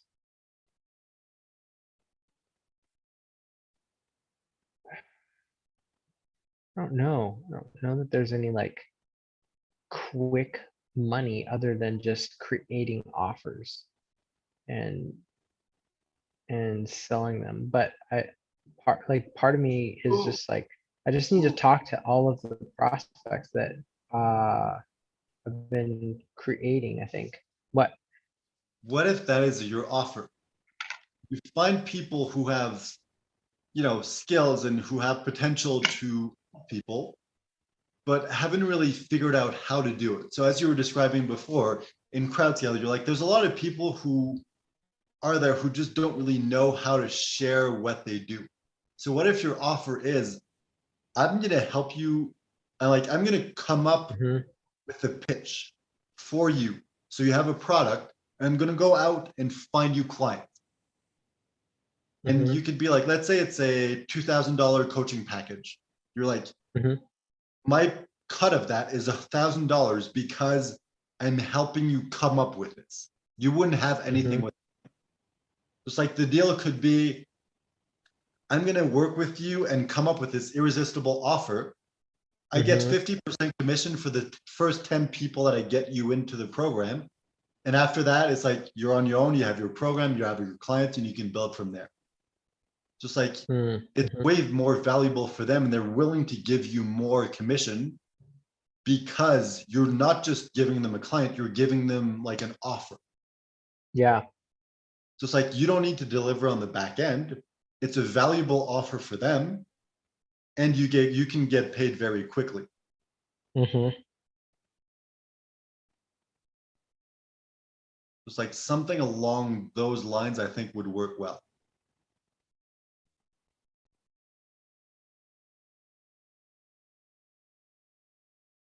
Yeah, I like that.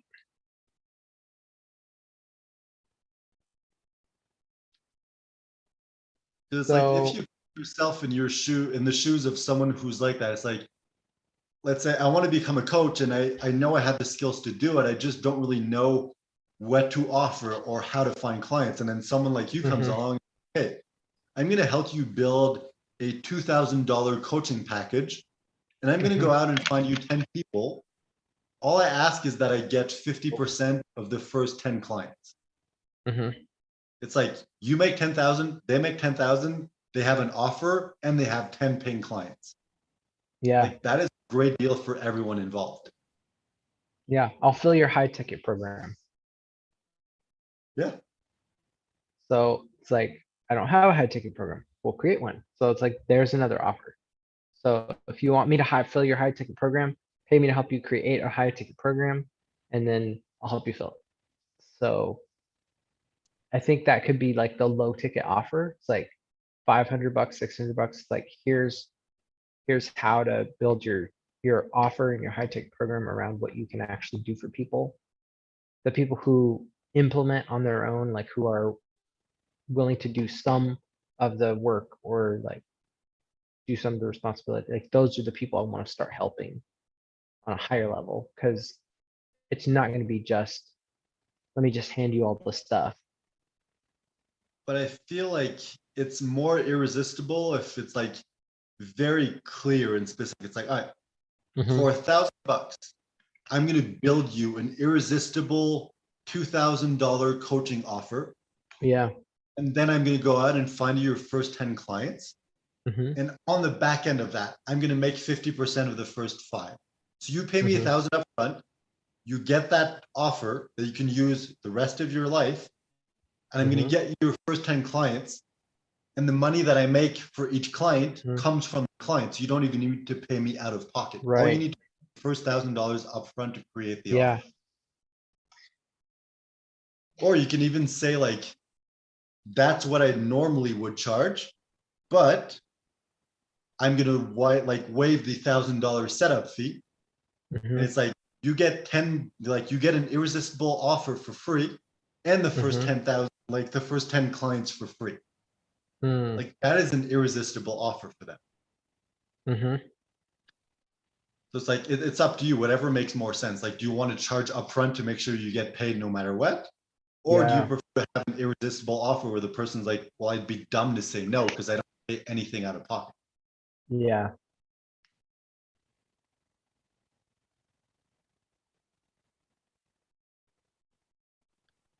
And I feel like it would be pretty easy for you to do that. It's like it's an irresistible offer. So it wouldn't be that hard to sell a coach who's like wanting to get started but isn't quite sure how to do it. Mhm.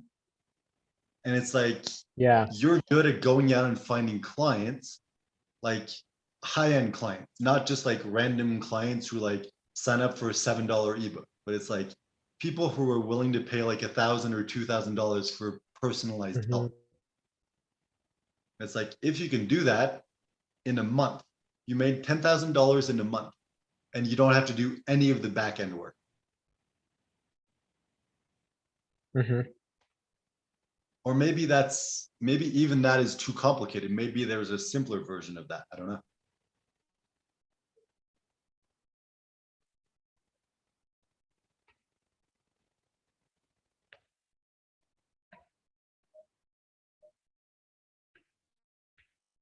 Ooh, but oh, okay. If you do this, this could be amazing because 2 months ago you made 0. Last month Mhm. well, this month because it's the last day, you made 1,000. Next month you make 10,000. That would be really cool. Yeah. Like Dang. If I 0, could 1,000, 10x. 10,000. Yep. Okay, so here's the question. How can I take the $1,000 that I've made and roll that into, how can I take some things off my plate with that money in what I'm doing? I have to go to the bathroom. I'll be right back. All right.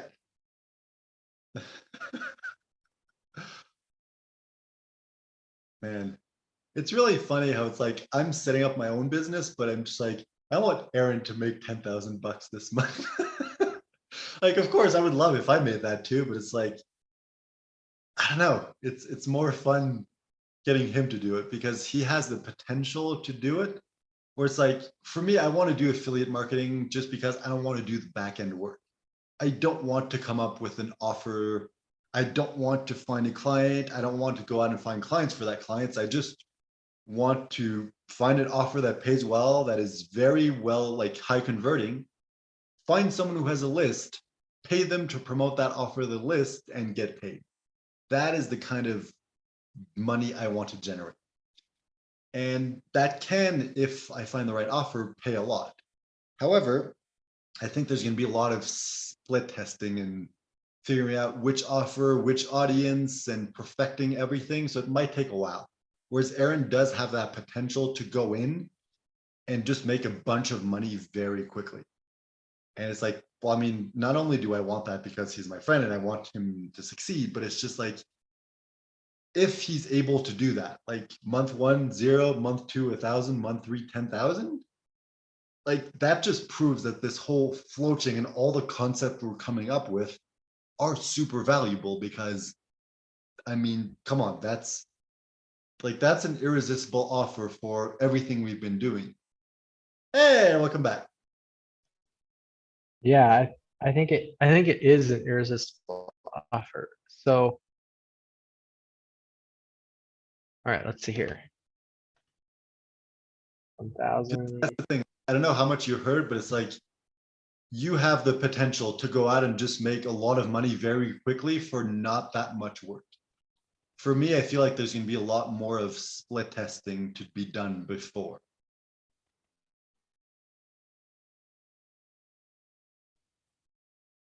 No, it's hard sometimes to see if you're frozen or if you're just focused on something. So I'm like, no, okay, he's good.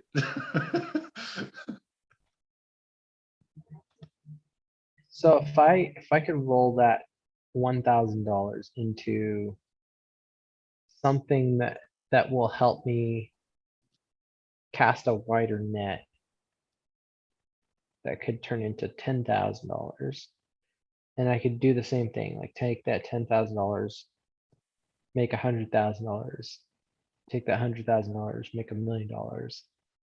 Okay, what if that was the challenge? Every step is to 10x. So you've done step one. You've gone from 0 to 1,000. Now, how do you get from 1,000 to 10,000? It's like, it doesn't have to be like a specific amount of time. It doesn't have to be like, oh, every month you have to 10x, but it's like, all right, every step, the goal is to 10, and you get to the next step when you 10x that investment. It's like, you've made the 1,000. How do you make the 10,000?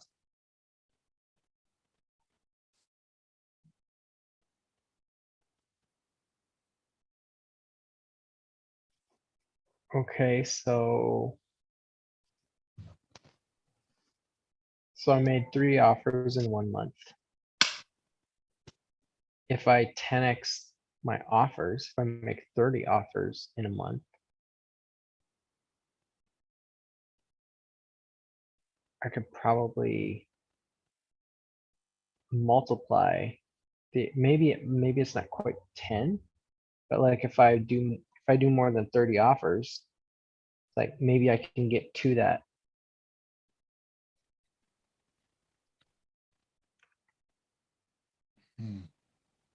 Maybe, but then I feel like you're just 10xing the amount of work you have to do. It's like, hey, if your strategy is I made $1,000 by charging one client 1,000, then I get 10 clients, I get 10,000, but it's like, then you have to deliver on your promise and fulfill those 10 clients. It's like, is there a way for you to 10x the income without 10xing the work?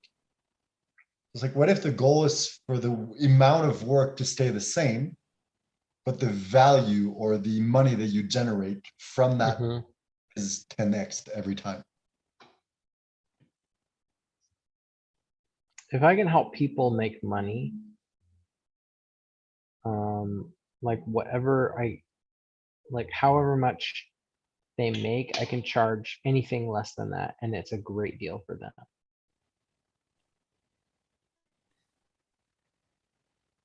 So Yeah, if I can, you can even charge the exact same amount. So it's like, if your offer is like, I'm setting up your business and you're going to make $10,000 in revenue in the first month, I'm keeping that $10,000. But after that, your business is set up. So even if they don't make any money whatsoever, but you give them something valuable on the back end, that is still an irresistible offer. So it's like, hey, I'm going to set up your business for you and generate $10,000. And my payment comes from the $10,000 you generated. After that, the business is yours. So it's like, I'm using your business to pay myself. And then you get that upgraded business to just keep making money from. You don't even need to necessarily charge less than they're making.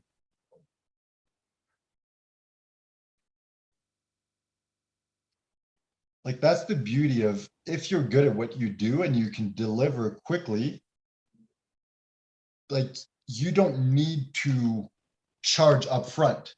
You can just get paid on the back end. So it makes it irresistible for the person. And for you, you can make way more. Because if you get to the point where you know you can generate like $100,000 for your clients in a month, and you're like, hey, I'm going to set up your business. I'm going to keep all that money from month one. So I'm getting paid $100,000, but you don't need to pay me anything out of pocket. It's like you're making a crap ton of money. They're going to make a crap ton of money in the future. So everybody wins. Mhm. So I think it becomes of a question of how can you become so good at what you do that it doesn't matter what you charge, the person is going to be happy with the result. Mhm.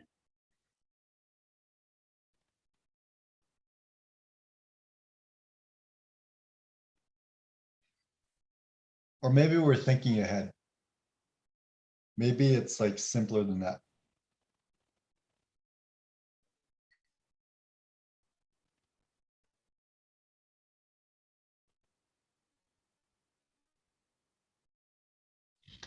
I don't know.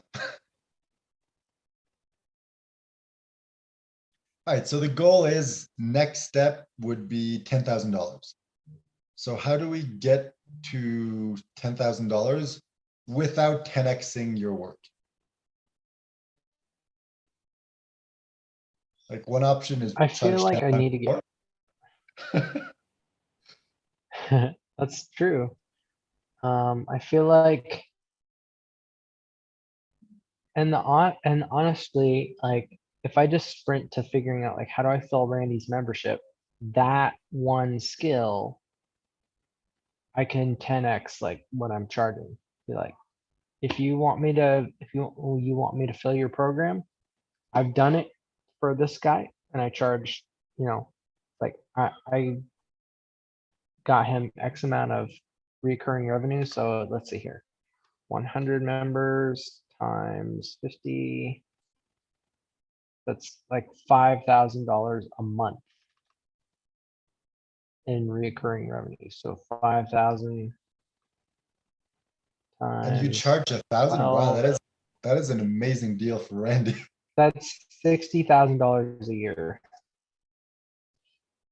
So if you know you're going to make $60,000 in a year, would you pay $10,000 to have somebody else do the work to get your membership filled? Yeah, and if like I don't know if that's something you want to do, but if it's something you want to do, you can even like make it even more irresistible. But it's like you don't need to pay me up front. I'm gonna make Right. my money on the back end. Yeah. Or you can even have a different offer of like, hey, this is the offer, it's $10,000. Or Mhm. if you prefer, it can be like 2,500 upfront Yeah. and then an extra like 10,000 on the back end from the profit that you make. So it's like Mhm. 1,250 instead of, or 12,500 instead of 10,000, but you only pay Mhm. 2,500 upfront. Yeah. Because I feel like depending on the person, like 10,000 is a lot to ask for upfront. Mhm. It's like if they can afford to pay 10,000 upfront, odds are they're already making a bunch of money. Do they really need that? Right. Yeah, but if you generate the value that they pay you out of, um, Oh yeah, of course. Or it like could be like, that's something because I'm that. just putting myself in their shoes. It's like, yeah, okay, $60,000 per year recurring Mhm. income sounds great, but Mhm. what's the guarantee? So it's like if there's a guarantee of like, hey, 5,000 like in the beginning, then 5,000 like midway through, or Mhm. whatever like the deal is, like if you can pretty much make them feel more safe of like, okay, no matter what happens, I'll be fine. Like I'm not Mhm. wasting this.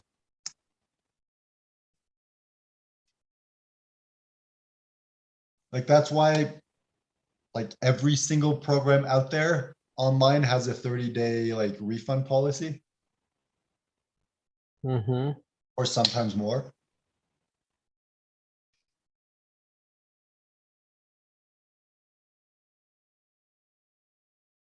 Because I feel like the more irresistible the offer is, the easier it's going to be for you to sell it.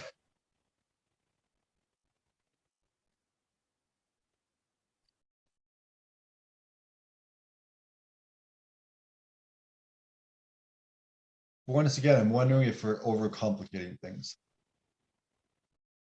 It's like, is there a way for you to make money quickly without having to do the work of going out and finding 100 people for their program?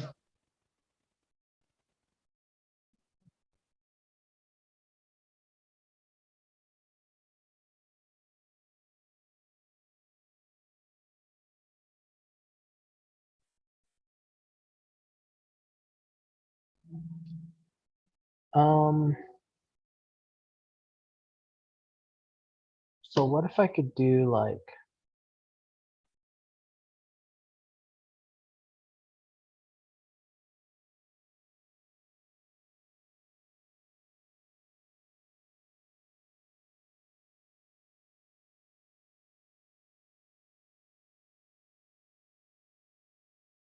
Because I'm just looking at a bunch of, because now that I'm doing affiliate marketing, I see a bunch of different, offers and courses and funnels and everything. It's like, I see the Mhm, value and like the potential profit in there. It's like, I think the last course, I think it was that one. Anyway, one of the course recently is like mhm, $1,000 course.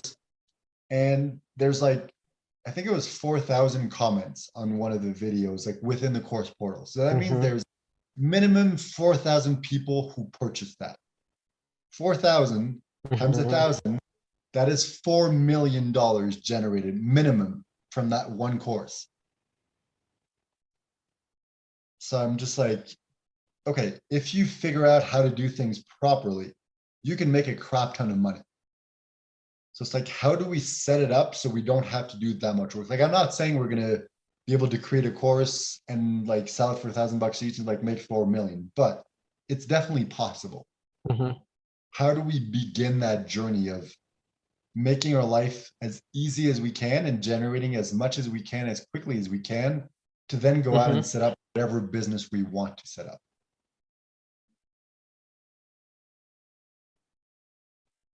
It's like, it's possible that we'll get to the point where it's like, I'm making $100,000 per month this easily. Why would I want to go out and actually build a business? Like, maybe we're going to get to that point. I don't know.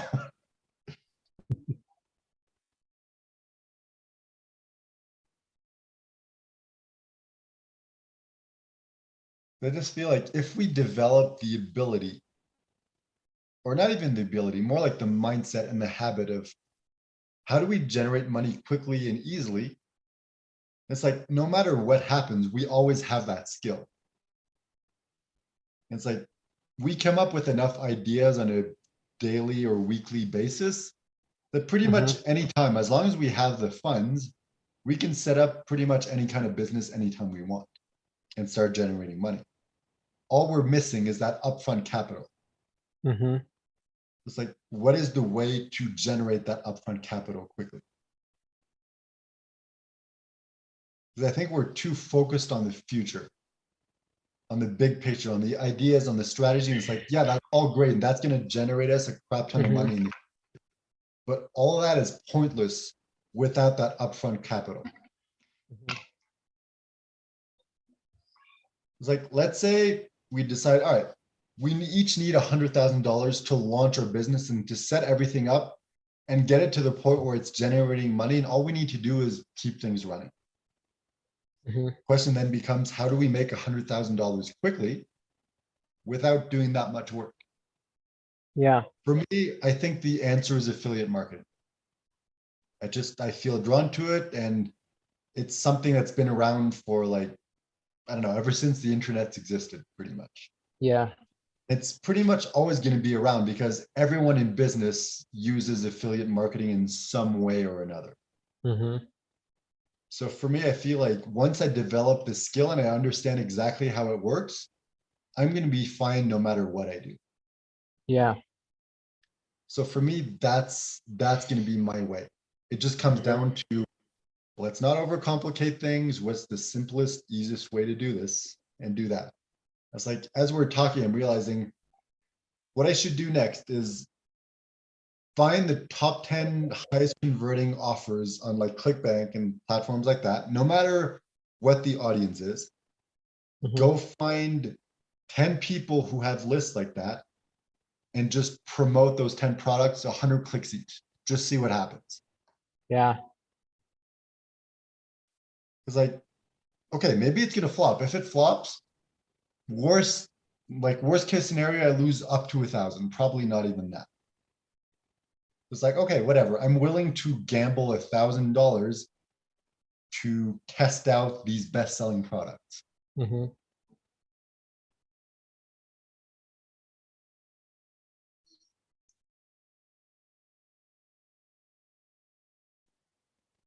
Sense an idea.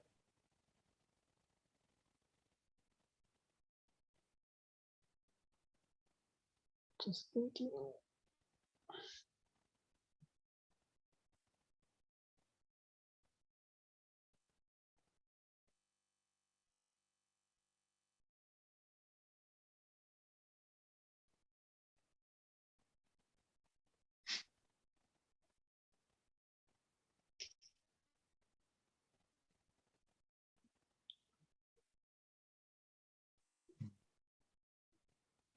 Hmm.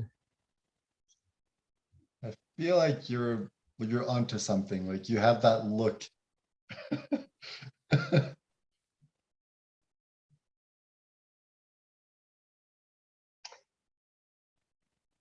All right, so what occurs to me is we don't know what we don't know. True. So there I probably mean, I don't is know. Maybe it's there true. probably is a way to make a lot of money without doing a lot of work. But my guess is the way to get there is by doing the way that is more like the something that we have access to right now with the people that we are right now. Like it probably will take more work to get there, but it's probably less than we imagine it to be. Like posting an offer and promising to fulfill on something, yeah, that's not super scalable once you have multiple clients. But doing that enough times just to create some, like if I had to do the same class 3 or 4 times in a month, and just invited people to that multiple times, like I could probably get a couple $1,000s. Like if I just do that a couple times with, you know, basically turn something that I'm doing and do it over and over again so that I'm seeing what are the things that these people really need help with. Does it create another obvious offer, or is it like I'm just seeing that the kind of person who really needs this and who gets the results, like this is how I advertise to that kind of person. So then it's like you build it into an automated asset. It's like, okay, you know who to attract, so you can pay money for advertising, or you can build an affiliate program based around that language, that market. But just doing like the same, I wonder if just holding the same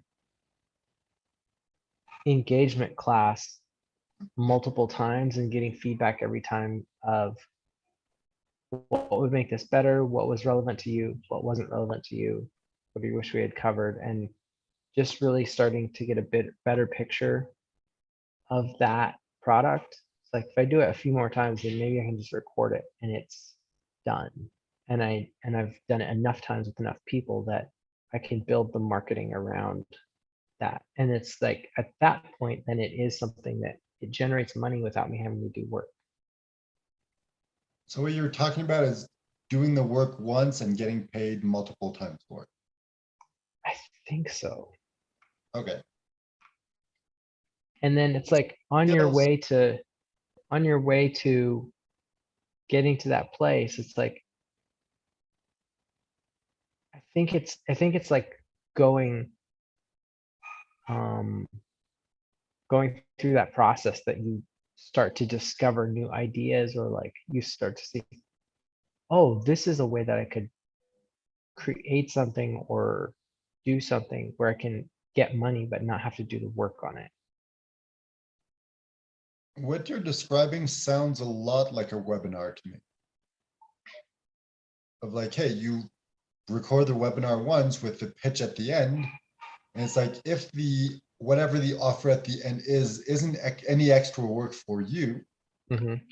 then all you need to do is just drive people to that webinar, and the webinar does the work for you. And it's like, even though Yeah. people like us have seen like hundreds of webinars and we kind of hate it, it still works. Like that Oh, last yeah, course that I it's- bought into, it's $1,000 course. I started off watching a free video, which is like, hey, free training on how to do this. And it's like, in the video, he breaks everything down. Then at the end, it's a pitch, and it's like $1,000 pitch. And I had no interest when I began, but everything, the strategy was so well like broken down and explained that I'm like, I have to do this. This is exactly the kind of business that I've been wanting to set up, that we've been coming up with.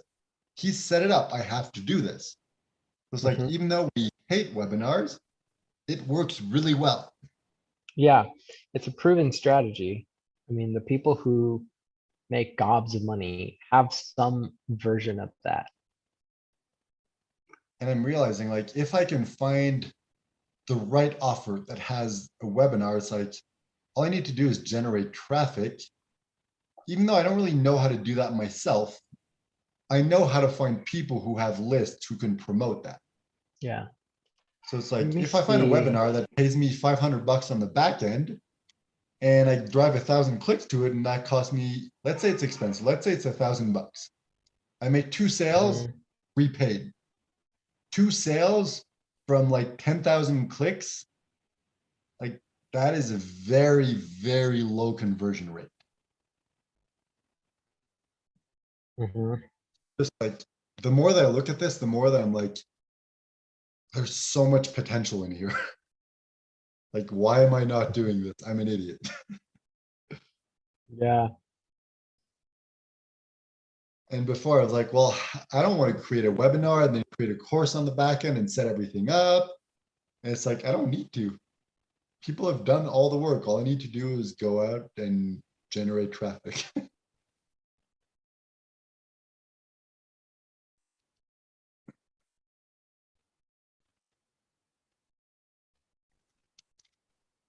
Ooh, why don't we take the floating approach?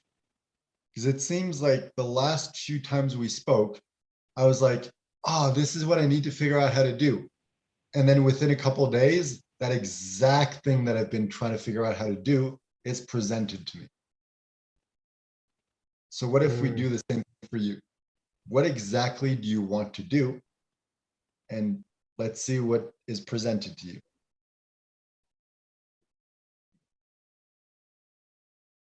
The exact thing that I want to do is I'm going to tell the people where I can tell them this is what we need to do, and you go do it. I don't know if it was on my end, but I didn't hear it because there was noise or something in the background and it cut out just when you were saying it.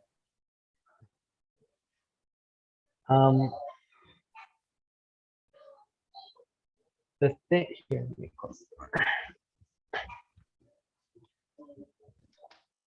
The thing is, bye. Let's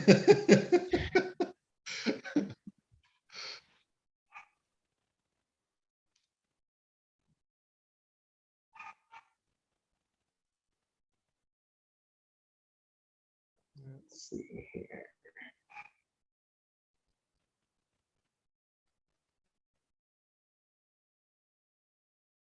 Ah, delivered May 29. Oh, it's delivered 2 days ago?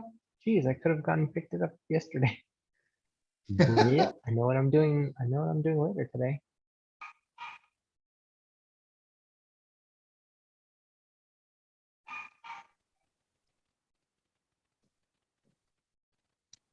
All right. So floating. I am going to. Okay, so several people have asked me if I manage communities for them, like if I will just run their group. And I found like one of the ladies that I follow started a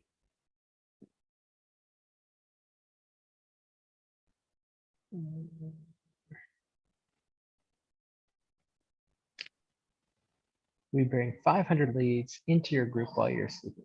She basically has like a VA service, like she'll hook you up with a VA that just goes and finds you leads.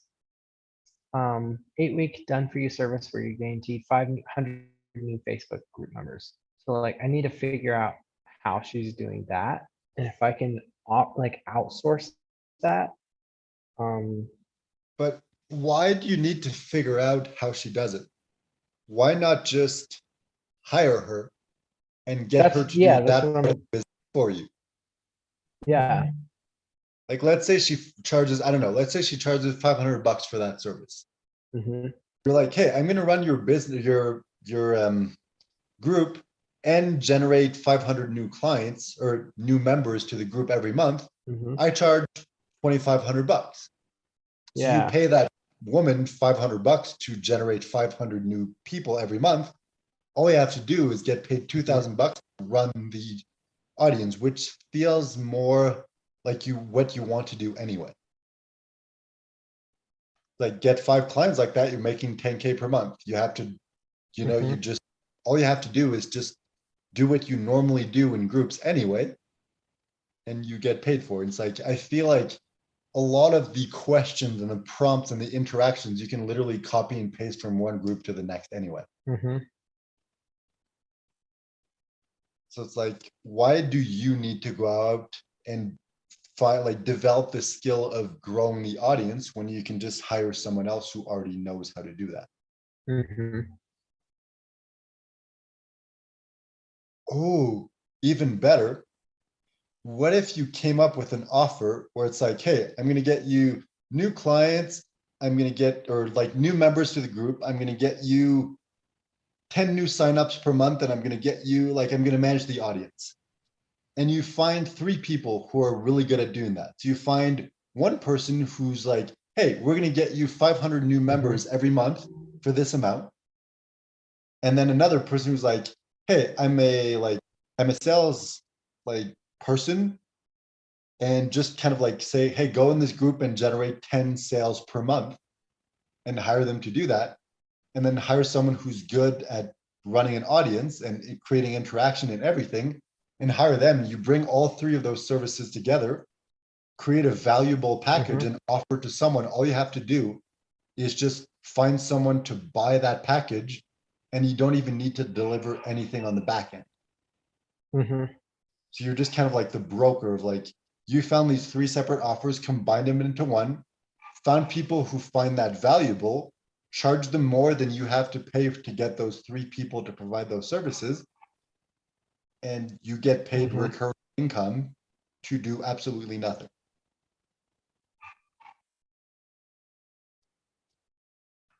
And I mean, maybe that's not the route you want to take. I'm just saying, like, there are always simpler versions of pretty much anything we can come up with.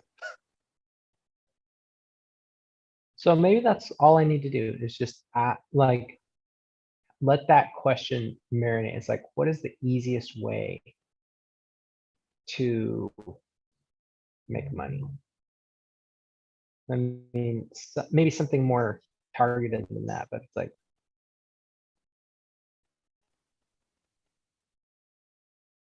how to 10x your income.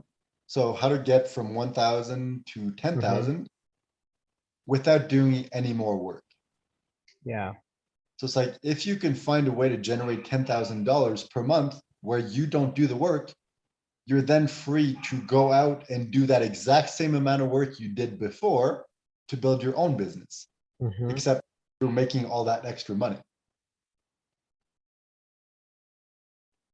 So it's like the amount of work never changes, because that's the amount of work you invest in the business that you want to grow, because it's enjoy, it's what you're passionate about.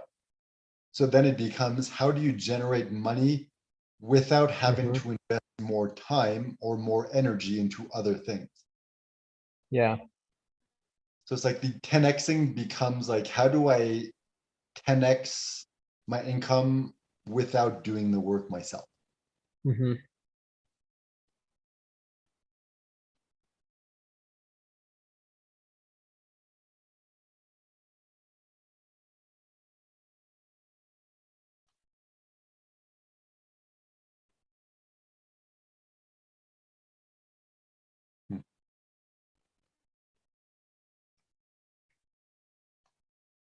Because I feel like you're also really good at doing research. So if you just research different products or different offers that are there, you can just combine them into one unique Hmm. offer and offer that to someone. So it's like Yeah.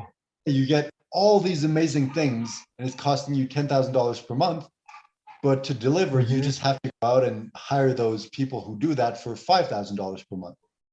So you're literally making $10,000 for Hmm. finding one person to buy into that offer, and that's it. Hmm.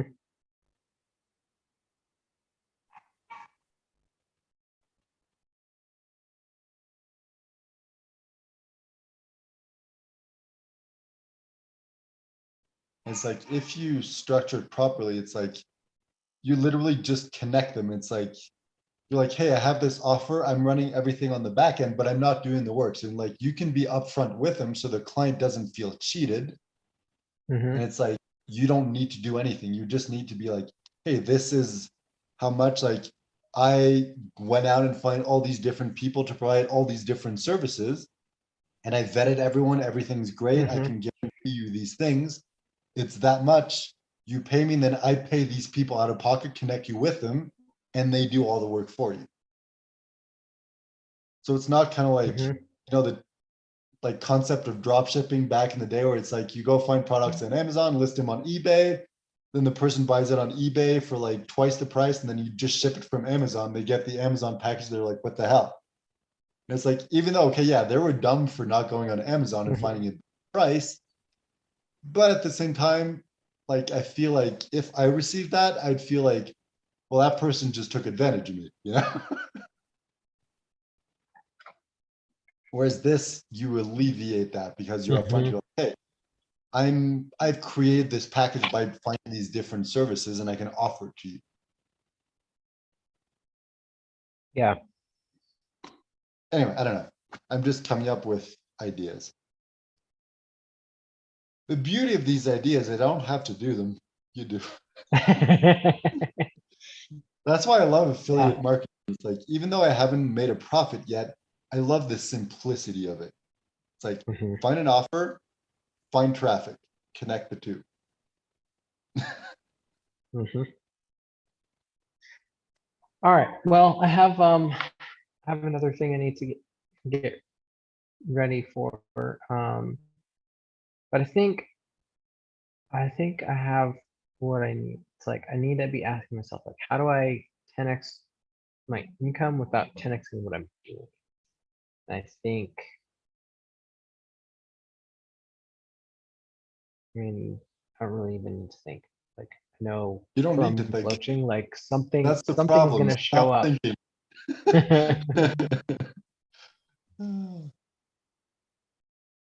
Okay. Like for me, it's like I'm at the point where it's like I don't need to think. I know what to do.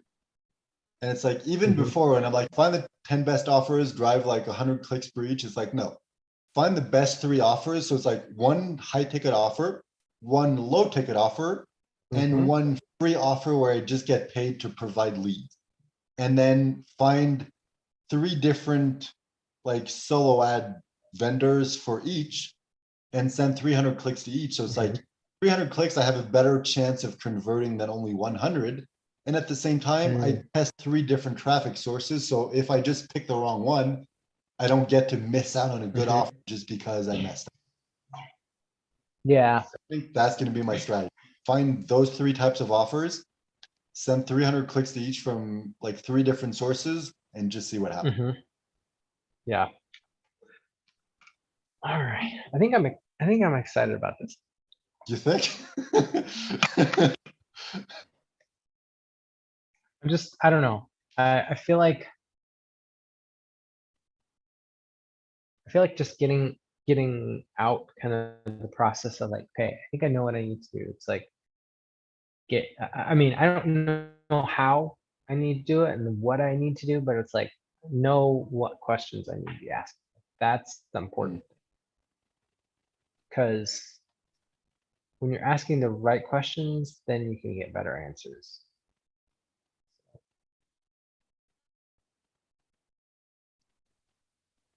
It's funny to me how like everything comes together of like, I don't know, I'm just thinking like in the past couple weeks of like, Mhm. yesterday, just that wishing fountain.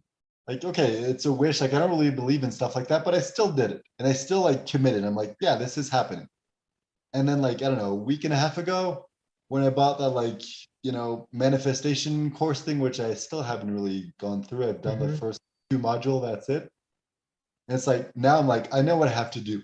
And I'm setting up the list on the back end. And then I have this other course of Mhm. like, hey, this is how to find the best affiliate offers and promote them for free. And it's like Mhm. everything's coming together, and I'm like, ooh, this is cool. And I'm not really doing that much work. Mhm. Yeah, this is fun. I like it. Even though I'm not making money, so I'm like, if I'm enjoying it this much when I'm spending money and not making money, imagine how much I'm gonna love it when I start making money.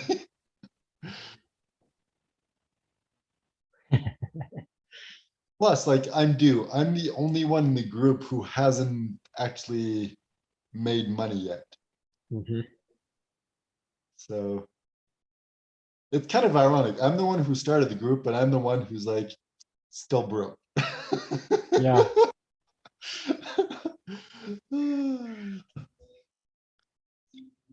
All right. Well, I'm gonna take off, but I'm glad we got to do this. It's gonna be busy tomorrow. Yeah, me too. Oh yeah, next time we speak, I'll be in a different country. Yeah. Be a different Guillaume. I Where feel where like where are you flying? Costa Rica. Costa Rica. You see any I feel like dinosaurs? Take a picture. late in the last, pretty much since the start of the year, I've been evolving so quickly that Mhm. from like week to week, I'm no longer the same person. Yeah. Well, I have this theory that okay, so this is gonna sound funky, but it's like if you imagine like everything about what you are is just random meaningless data. Imagine it like the sky. It's like you can create whatever constellations you want out of it. What you're actually doing is not learning and then doing something different and then learning and then doing something different and like becoming a different person. Um, I've started to think of like what I am as the part of me that understands what's happening is continually slicing up the data of like what's observable, what I see into different ways. So instead of like, oh, like all of this stuff happened before and then today is like I'm building on all of that stuff. I'm not actually like the same person and I'm just doing like slightly different things. It's like I'm I'm understanding the world and myself in a different way and I'm like creating a new reality. Like I'm drawing a little bit better constellation with all of the things that I've gathered in my life. And it's like it's hard to describe. Um, but it's sort of like the person that you think you are, like none of it actually exists.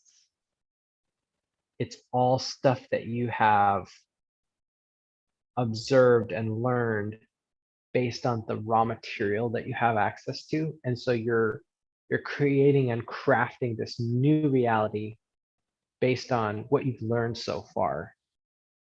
But it's like you're just generating like all of the reality that you're experiencing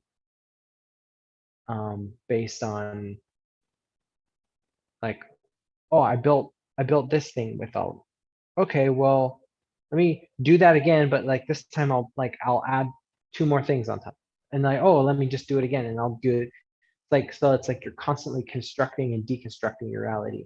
Like, and a lot of that happens in our subconscious or like when we're dreaming, that kind of thing. But it's like, I think the life that we live is, it's real, but in some sense it's an artifact. It's like an illusion of the perception process that we're going through. And it's sort of like how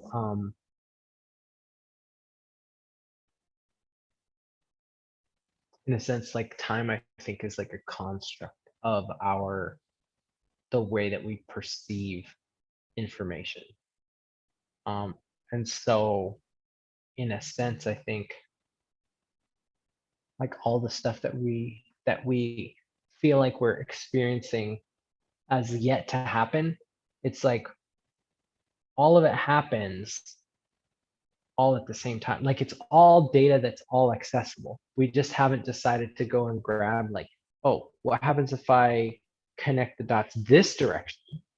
And it's like the way that we have to experience like the bandwidth is like by stringing it all together in a linear fashion where it feels like it's all connected. But like that experience of going through things through time is like it's just an illusion. And so in some sense, like these things that we're asking are all, it's like, oh, I did that thing that one time where it's like that version of reality where that person made $1 million, like that's on the map. Let's draw a picture where they ask the question, how do I make $1 million, so that all of these things can start getting connected. And it's like, and then you start lining them up in an organized fashion. It's sort of like, what's the most elegant way to tie all of the information together? Sort of like, when you're an author, you sit down for the first time, you're brainstorming all of these things, and then you're like, all right, how do I get from here to here to here to here, and then get all the way to the end of the story? And you got to fill in details. I feel like that's closer to what's happening with my life than actually just the literal like, oh, I woke up and I did this thing that day, and then the next day I like did another thing. It's like, it's weird to describe it. So It's what, like almost the same thing, but at the same time, it's like very different. so what you're saying is like every time we learn something new, we reset in a way, but we keep the memory of the past. So for us, it seems like we're evolving and time is moving forward, but in fact, we're just resetting. And every time we reset, we have new understanding. So new things are available to us just because we're aware of them, even though they've always been there. And Yeah. it's like a lot of the times we feel like we're not evolving and we're repeating the same process over and over again because we're so focused on that memory of like, oh, that's what happened in the past, so that's who I am. So it's like we stay stuck in that same belief, even though we have the potential to evolve whenever we want. Is that kind of what Yeah. you're And kind of, yeah. right? And then I would almost go as far to say as like the way that we kind of randomly jump around in our heads, like in floaching, and kind of like, oh, well, what if it's this and what if it's that? I feel like that's as accurate a picture of like what we are, just kind of like bouncing around to all these different things. But like what we think of as our life, which is like a linear process, is just, so we step back and like we take all of the information that you've done that with, like in the imagination space, like, all right, but what are the things that we need to do if that was going to happen? Like what order would you need to put them in? And I think that that's like the life experience that we have. It's like, how can we organize the things that make the most logical sense and progression so that they feel connected, and then the more connected and the more it overlays with a shared sense of reality with the rest of the things that we interact with, that's what seems the most real to us. So what if we use this principle of every time we learn something new, we reset? So what if we decide, like, let's say the concept is we reset every morning when we wake up. Then it becomes, what can I test out today to, you know, like what I learned recently in the last few days, last few times I reset, what did I learn? What can I use that information to test today so that tomorrow I'm further along than I was yesterday? This is a great exercise. Okay. So one of the things that I've come across in the manifestation space is like that the guys that taught this early on, they're like, there isn't any point in me explaining to you what it is or how it works. The best evidence that you're going to have is by experiencing it. So all I'm going to tell you is go do this. And they're very, very, very short teachings and books and stuff on this. And they basically say, write down what you want to happen the day that you come up with it. It's like, write it down in a book and then forget it. Like, go to bed that night and then see what happens the next day. And then the next day, write down what you want to happen. And then go to bed, wake up the next day. And they're basically talking about like, write down how you want your day to reset. But they say like, I can't prove to you that this is going to work. I can't show you any evidence because it's going to seem weird. It's going to seem like, and who knows if you're going to believe it anyway. But I promise you, if you do this, you're going to see in your own life that this works. And the few times that I've had the discipline to do it, like, it seems to work. All the times that I'm like, some outcome happens that I can always seem to tie it to some action that I did the day before, or some intention that I set. So like, what if we figured out like, how do we turn flowchart into that principle of, all right, let's spin up the imagination where we feel like oh, that's totally possible. But in the sense of like, how do we want tomorrow to reset so that the version of us that is close enough to us right now, but that we could see ourselves doing tomorrow, be like, that's the version we're going to be tomorrow, and see what happens. Okay, I feel like this is leading to a slightly different principle, because not everything works in a day. It's like, yeah, certain things you can be like, all right, today I'm going to buy a solo ad and promote that product, and then tomorrow I'm going to see what happens, if I got any sales or not. And then I'll use that information to then do something else tomorrow, and so on and so forth. But Yeah. sometimes like it takes an hour before you get the results. Sometimes it takes a month. So it's like, it doesn't make sense to necessarily do that every day. Yeah. But what if we just decided every single day, the question is like, what do we want to test out today? It doesn't have to be for business. It can be for personal. It's like, okay, what do I want to test out today? I want to test out going for a walk in the rain, just to see how it feels, what it leads to, just because it feels right. It's like, it has nothing to do with business. It's like, as long as we live our life consciously, where every day we're like, I'm testing something out today. What is that one thing I'm testing? And it can be something as simple as, let's cook a new recipe just to see if I like it. Like, as long as we're constantly testing things out and evolving, I think it's going to be impossible to fail, even if we're not always testing out stuff for business. You know what? Okay, I'm going to end on this. You just said something that I think is a theme for us. How do we create an environment where it's impossible for us to fail? And with that, I think I want to just let that marinate. But I think that there's something here about this idea of, how do we build the environment and the mindset where there's no way that we're going to fail? And that's the reality that we're constantly building and rebuilding and constructing.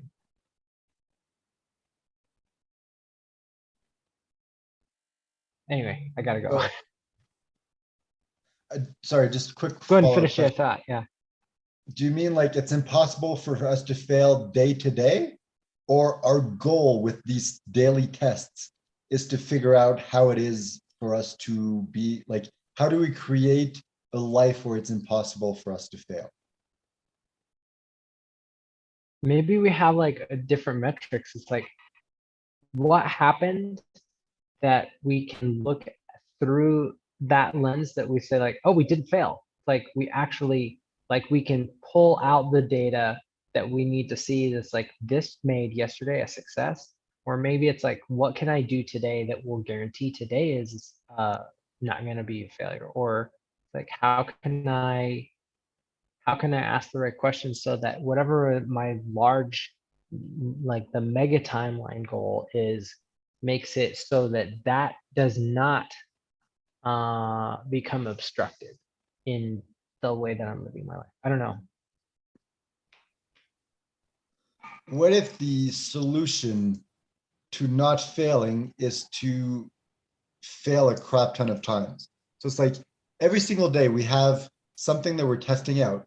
And a lot of the times we're going to fail, but in the greater scheme of things, we end up like succeeding more times than we fail. So it's like, it doesn't matter how many times we fail, because the few times where we do succeed is going to be so successful that it's going to more than outweigh all those failures that we had.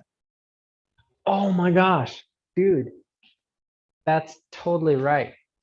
And it's like you're in a pool and it's like, all right, what's the one stroke I can do that's gonna like get me to the other side of the pool? Like, there is no one stroke. But that's the mindset that we have, is like, what's the right thing that's gonna get me like all the way there? And it's like, well, no, what if you just try one little thing? It's like, well, that failed. Well, what if you just try another little thing? Well, that failed. Well, what if you kick your leg? That failed. Like, Yep. by just failing and failing and failing and failing and failing and failing, you do that enough times and it starts to look like, well, wait a sec. None of those are failures. It's actually turning into this big thing that is like pushing you forward.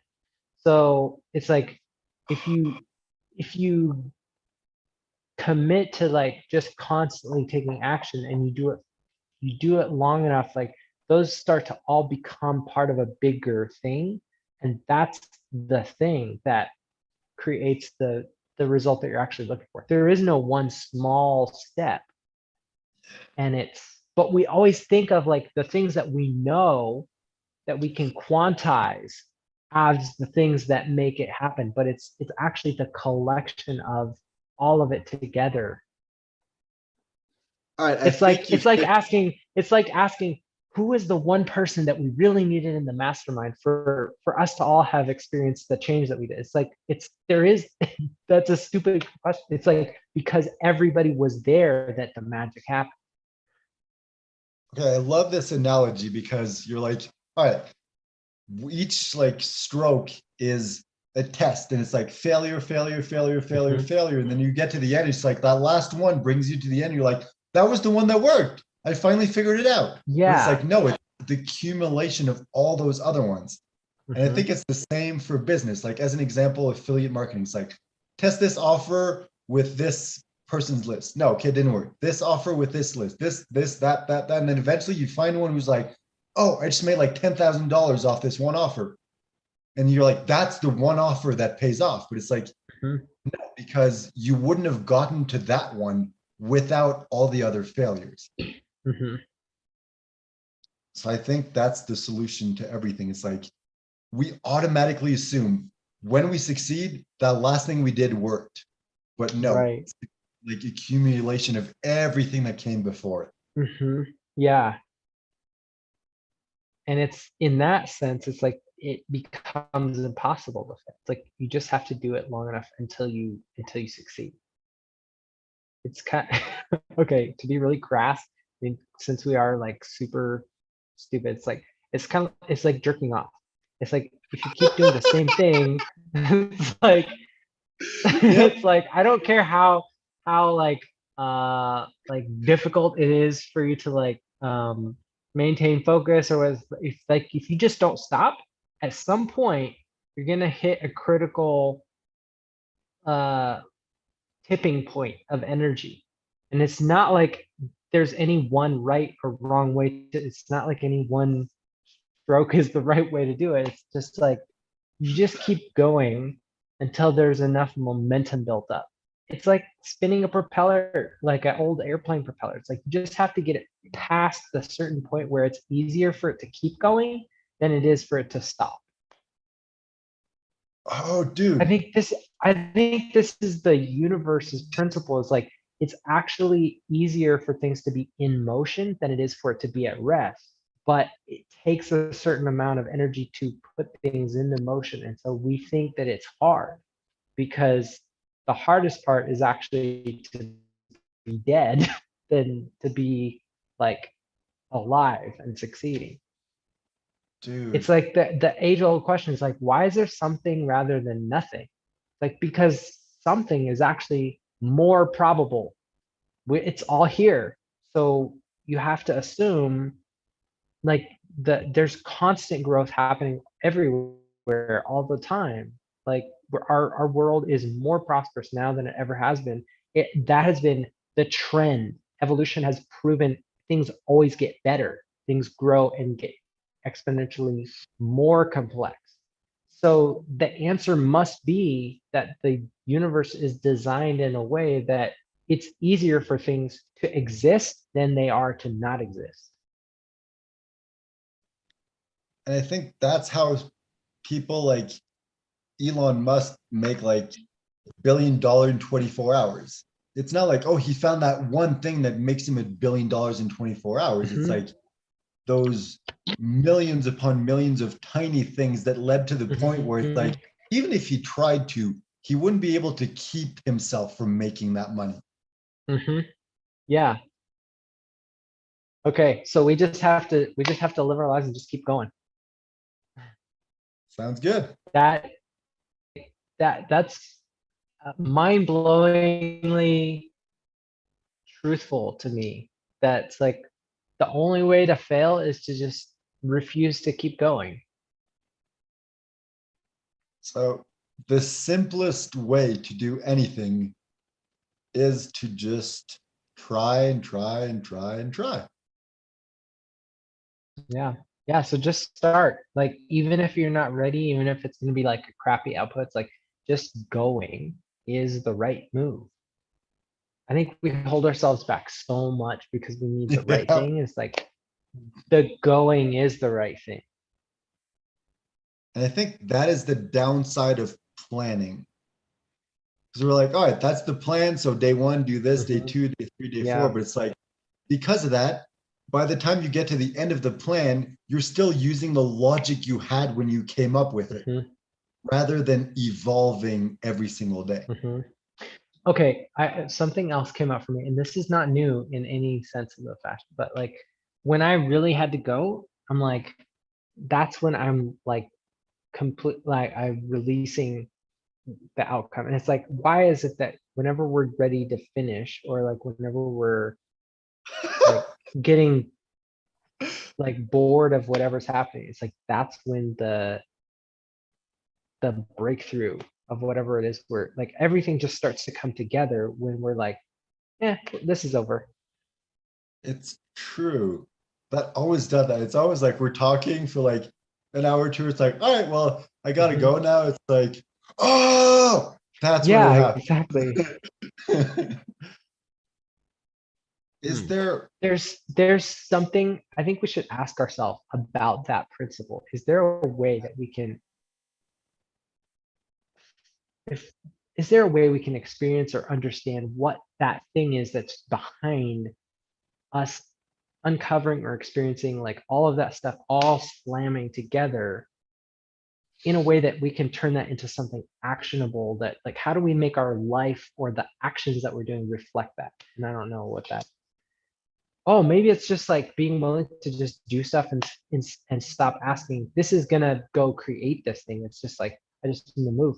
And that's all I need to do. Just be moving forward always, and stop trying to be like, well, how do I make more sales, or how do I do it? Just like let the outcome go.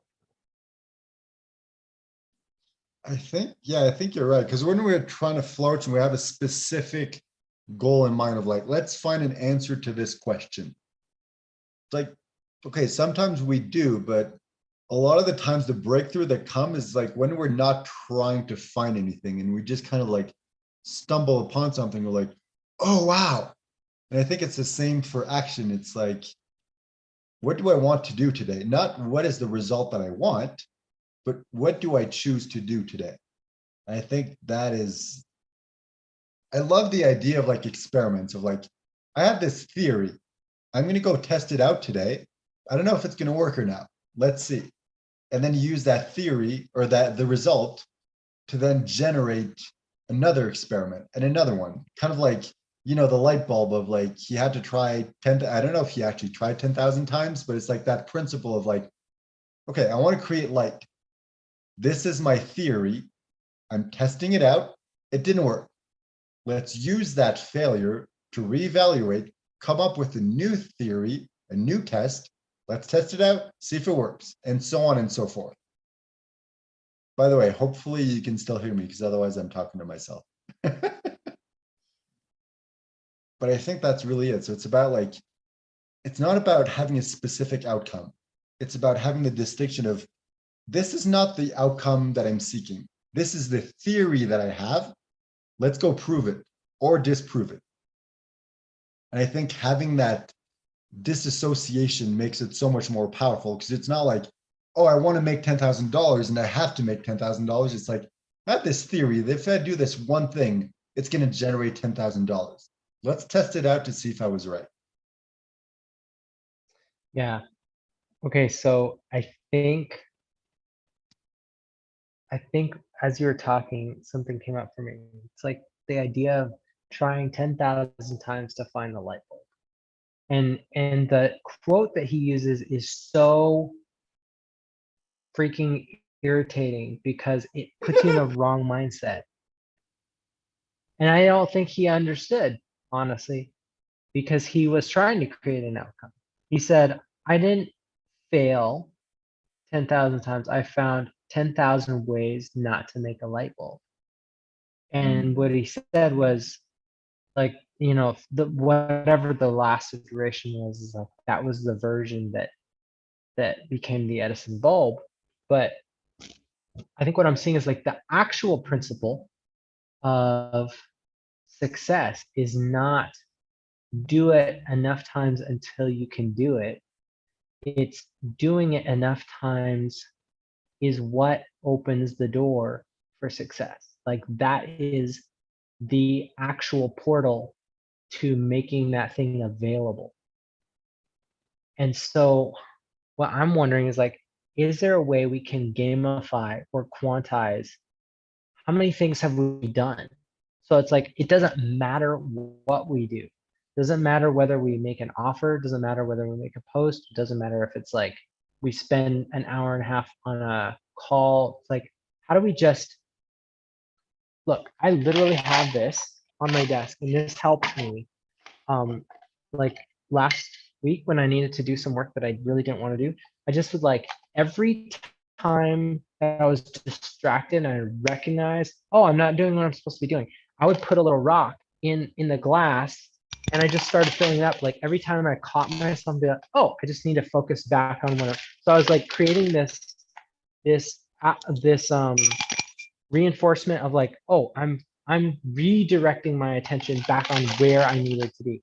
And I just got in the motion of like, every time like I noticed I was off track, I'd be like, oh, just get back to what I'm doing. And it created this like positive reinforcement of staying focused on where I need to be focused. So how can we do this with the goal of getting to $1 million is just do 10,000 things. Like, and it almost doesn't even matter what those things are. I mean, obviously, if your goal is to make money, it probably needs to have some element of money, either responsibility or making sales or something like that's probably because of our limited mindset, because we think everything has to have some sort of relationship to it. Like that's the reality we believe in right now. Mhm. So it's gonna make sense for us to do 10,000 things. But like, I'd love to experiment with like, can we do 10,000 things in 6 months and just sprint there and then like make $1 million and then try it again and say, I'm gonna do 10,000 random things and see if I can double my income by not doing stuff that has to do anything with money. Like that's the real flow chain. What if there's different kinds of floating? And the kind that we've been experimenting with so far has been macro floating. So we're very good at coming up with big pictures and concepts and plans and strategies. We really suck at macro floating, or sorry, micro floating, which is like, all right, let's come up with what's the next test we need to run and then go out and do it. So it's like we're the macro, we're like, all right, let's make $1 million. We're really good at coming up with ideas for that. But how do we get to the point where it's like on a daily basis, we're using micro floating, where it's like, what is the one test I need to run today to learn something to bring me closer to that goal? And Yeah. that's why macro floating like works the way it does. We like come up with the idea, forget about it. 6 months later, it happens. But it didn't happen because we came up with the concept. It happened because we subconsciously, accidentally used micro floating to run a bunch of tests until we figured out that one thing that generated the result we wanted. So I think it's good and it's fun to be like in the macro floating space just because it's like cool to come up with great concepts and stuff. But without the Yeah. micro floating, it's a complete waste of time. So how do we make micro floating like our default mindset? All right. So I think what I'm gonna do.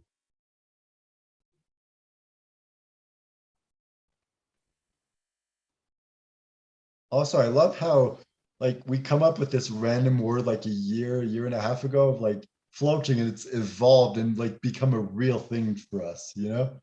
Yeah. Okay. Well, this is what I truly believe. And this is why I'm kind of in this headspace is like, I think that ideas and people, like all of reality are actually all the same thing, but it's how you choose to perceive it that creates that reality. So in a sense, it's like what we've created with floating is the same thing as a baby. But it's like because we have this story of this is just an idea that we're bouncing back and forth between ourselves. Like it's not sentient, it doesn't have its own mind, it can't like reach out and change things. It's like, but I think in a sense, it's like we're both nurturing this thing with the energy of ideas. We're growing something that like we keep building this reality together. And I think in the same way, it's like the shorthand way that we all understand reality to work is like when somebody has a family, like they have a kid, which is a mixture of the mother and the father. And like as that kid grows up, they're very much resemble their parents, but then they also take on their own personality and kind of make their own decisions. The more that they learn about how life works, my suspicion is that like if you had like a dog or a cat or an idea like floating, if you had enough belief that if I just keep putting energy into this thing and helping it have the right tools to learn about its environment so that it can go do things without you having to feed it, so to speak, like it can start fending for itself. That's what a business is. That's what a team is. But we look at it through these lenses of like, oh, that's not a kid. That's like a whole group of people, and this person does this job, and this person does that job, and this person does that job. I mean, you're literally describing like what happens with your organs and all the cells and stuff. But we think that they're separate. But I think it's the same thing of like what we were saying is like your reality is just your consciousness reorganizing the data in a way that's like, what's the closest thing to something that I can relate it to, just so I don't have to remember like a billion different scenarios. It's like a compression algorithm. And so then we organize it in a way that's like, it makes sense linearly. And then we get this illusion of like time, or it's like, or our analogies of this thing is related to this thing, and it's kind of like that. But my suspicion is that like a lot of our reality just doesn't exist. And it's the way that we perceive it because that's how we think it works. All right, to go back a little to what we're talking about, like, well, we've talked about it a lot, but the whole like, horse versus rider thing. And it's like the example I was coming up with to describe this micro versus macro floating concept is we have a crap ton of Legos in front of us and we're trying to create something with it. And the rider portion, the soul portion of ourselves, the subconscious portion of ourselves is the portion who knows what we're building. And consciously, as we're putting pieces together, we're like, oh, okay, this is like long and thin and it's like it's going up, so we're building a tree. And then at some point we're like, no, that doesn't work. I don't get it. Why doesn't it work? And then at some point we figure out like, oh, okay, it's the leg of an animal. That's why it didn't work before. So we're constantly trying to evolve instead of just trying to like focus on what is that next piece of the Lego set that I can put in place? What is the right place for that? Okay, found it, next one. It's like if we just focus on that micro of what is that one next experiment I need to run until I figure out where this goes, and then I can move on to the rest. Like I don't need to try to figure out what we're building because subconsciously I know. All I need to figure out is this next piece, where does it go? Yeah. All right, so what I'm gonna try to do as an experiment is in this like micro floating method. I think what I'm going to do is I have Microsoft to do. I'm going to put it on my phone. So that Microsoft micro floating. I love it. I'm going to just, as fast as I get ideas, I'm going to write them down. And then I'm going to try and go through. It's like, so if I'm like, okay, so I need to write a content calendar, which means I need to like come up with 7 posts that fit this framework, 7 posts that fit this framework, like whatever those things are. As fast as I come up with ideas, I'm gonna just write them down to get them out of my head so they're not taking up bandwidth. And writing them down constitutes a task. Like that's one of the rocks in the bucket, so to speak. Going through and looking at the list and discerning like, do I really need to do that? Is that important for right now? And just organizing them in terms of hierarchy, that's another task. And then like crossing them off as fast as like if I can get to the place where I can cross things off my list as fast as I come up with them, like, geez Louise, man, like my output will just be so much higher. And I think coming up with some sort of game or some sort of thing where you're attaching what you're doing to the meaning as opposed to just giving yourself work, I think will make it a lot more easy. But like, if I can get to the place where I can say, the stuff that's coming up, can I get rid of it or can I just do it really fast? And just being in the motion of movement. And so that I think part of it is maybe asking, do I want to do that?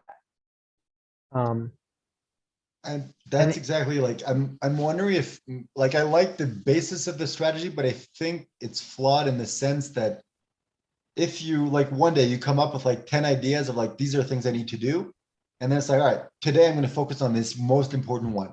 Then the next day you go through the list. All right, this is second most important. Let's do it. And it's like, you're not taking the time, like every day you should redo that list and figure out what is the most important thing I need to do today. And so on and so forth, because I'm sure there's some items you can come up with that you could do, but you don't actually need to. So it's like, I just want to make sure you don't fall in that like trap of, okay, let's get everything done as quickly as possible. It's like, no, let's figure out what is the most valuable, productive thing I can do today and get that done as quickly as I can. Mhm. Because like, what if the concept is every day you make a list of all the things you can do, pick the most important one, do that, and get rid of everything else. And you do that every single day. Mhm. I think that's probably what needs to happen is the discernment element will keep the list from getting significantly overwhelming. So So I feel like, I probably need to have like a regular like scrub time of, okay, I've got all this stuff written down. Like what of these things how can I get rid of as many of them as possible? And if I can get rid of it by not doing it, that's the first choice. oh, wait, what was that? Ah, that was like a long time ago, like maybe a year ago, where we came up with like an acronym of like steps to run through to like do things very quickly. And one of them was like delete and what was it? It was foo fun fund. Like Yeah. fuck you. Yeah. uh, make it something you want to do, Yeah. or if you Get can't someone else to get do rid of it, but you don't like it, get someone else to do it. So let's do this. Like foo fun fund.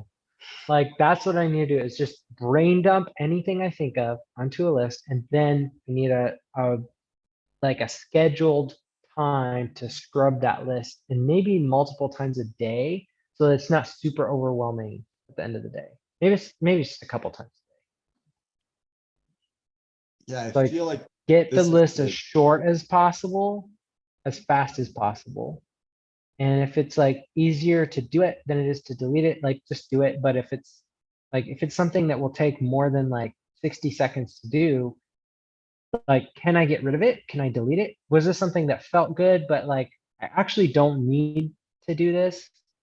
Get rid of it. And then asking yourself, like, so out of the few things that I really do probably need to do, what needs to happen ASAP, like right now? And do I need to do that, or can I hand it off to somebody? I like the idea of like literally remove everything from your head, kind of like look at it. It's like, all right, that is the one thing I need and put it back in. Everything else, you just like leave it there. Yeah. Okay. This is amazing. This is exactly what I needed.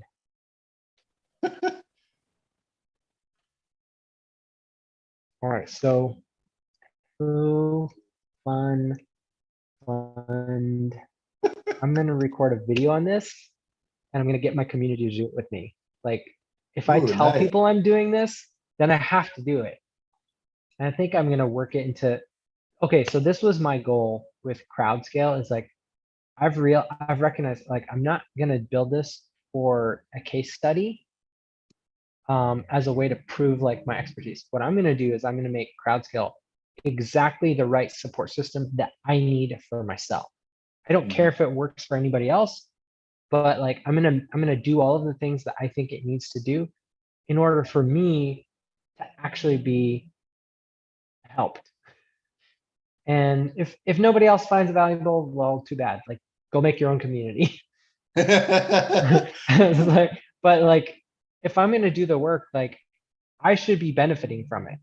Like I shouldn't just be creating stuff because people are asking for it. It's like I need it to work for me. And so I think one of the things I'm going to do is I'm going to build the resources that make the things that I want to do something that other people want to do. So they're doing it. So I want to do it too. I'm gonna use it to like pre-schedule out prompts for myself as well as for the rest of the community. So like I'm just going to turn this community into like the tool that I need for my own motivation. And if nobody else finds it valuable, at least I'll have built something that's like, okay, this is the safety net and the program that I needed for me. And it's like, it's worth $200 a month to be paying into because it's exactly what I need. But, um, but I think like if I can build something that's like, it's getting me doing more of the stuff that I need to be doing, like absolutely, like this is the first thing that I need to build. like, what's the thing that I need that's keeps me doing the stuff that I need to be doing? So my life isn't constantly breaking every time my routine changes. Okay, you know what I love about this principle that we've been coming up with? It's not about just like thoughts and ideas and action. It's like removing everything from your head and figuring out what is the one test I need to run today that's going to be the most valuable to my growth and my future. And that may mean like, hey, today I need to be a selfish asshole because that's going to allow me to evolve into the person that I need to become. Mm, And it's kind of the principle of like, oh, I want to be in the best shape of my life, but I'm traveling right now. And I know that trying to work out is just going to be a distraction. So I'm actively choosing not to work out so I can experience what I need to experience, build the business that I need to build, generate the income that I need to generate, have the freedom to then be able to work out and be in the best shape of my life. So in order to get to the best shape of my life, I need to actively not work out for possibly years. mm, And it's like having that distinction of this is the test I need to run to like get to where I want to get, even though it seems yeah. completely unrelated. And it's like removing all the barriers, including like, hey, I'm a good person, I help others. It's like, no, today I'm going to be selfish. I'm going to be inconsiderate. I'm going to be a jerk. I'm going to be mean to people because that is the experiment I need to run today to evolve and become who I need to be, which is going to be an even better version of myself. That's going to Yeah. help even more people. And I think that's the thing we've been touching into, like you, Bobby, and I, like we've been getting to that point where like we just need to like get to the point where like fuck everyone else. I'm going to be selfish. I'm going to do what I need to do because I know that's what's right, even Right. if it seems wrong from the outside. And I think this is kind of like a way of doing that. Yeah. This is exciting.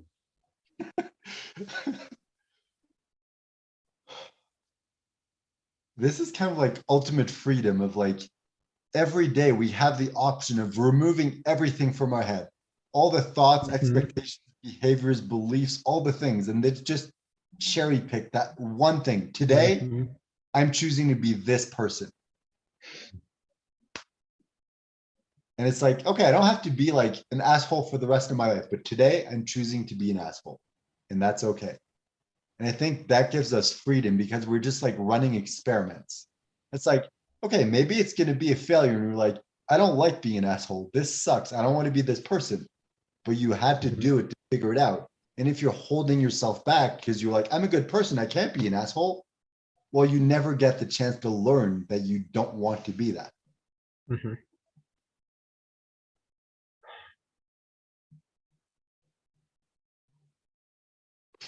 These talks are amazing.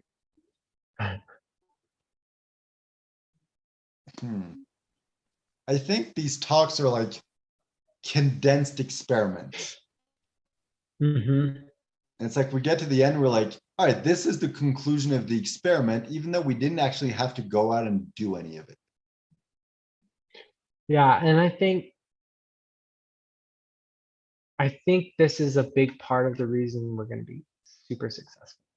I feel like if I didn't have a community, if I didn't have you, if I didn't have people to bounce off of, I think it would probably take me my whole life to Yep. figure out like how do I be happy with the person that I am? I don't even know if I would even make it to wealthy or like all set up for retirement. But I'm like, I think that is something that has taken most people all of their life to grapple with. And some people make it to the finish line and they still haven't quite cracked that themselves. But it's in the process of bouncing the energy back and forth a lot faster. I mean, you sort of have to like, okay, you hit the ball in slow motion and then you have to run across the field and like you get ready and like when it comes to you, you hit it back to yourself and then you run around, you know, and it's like with this, it's like all you have to do is just,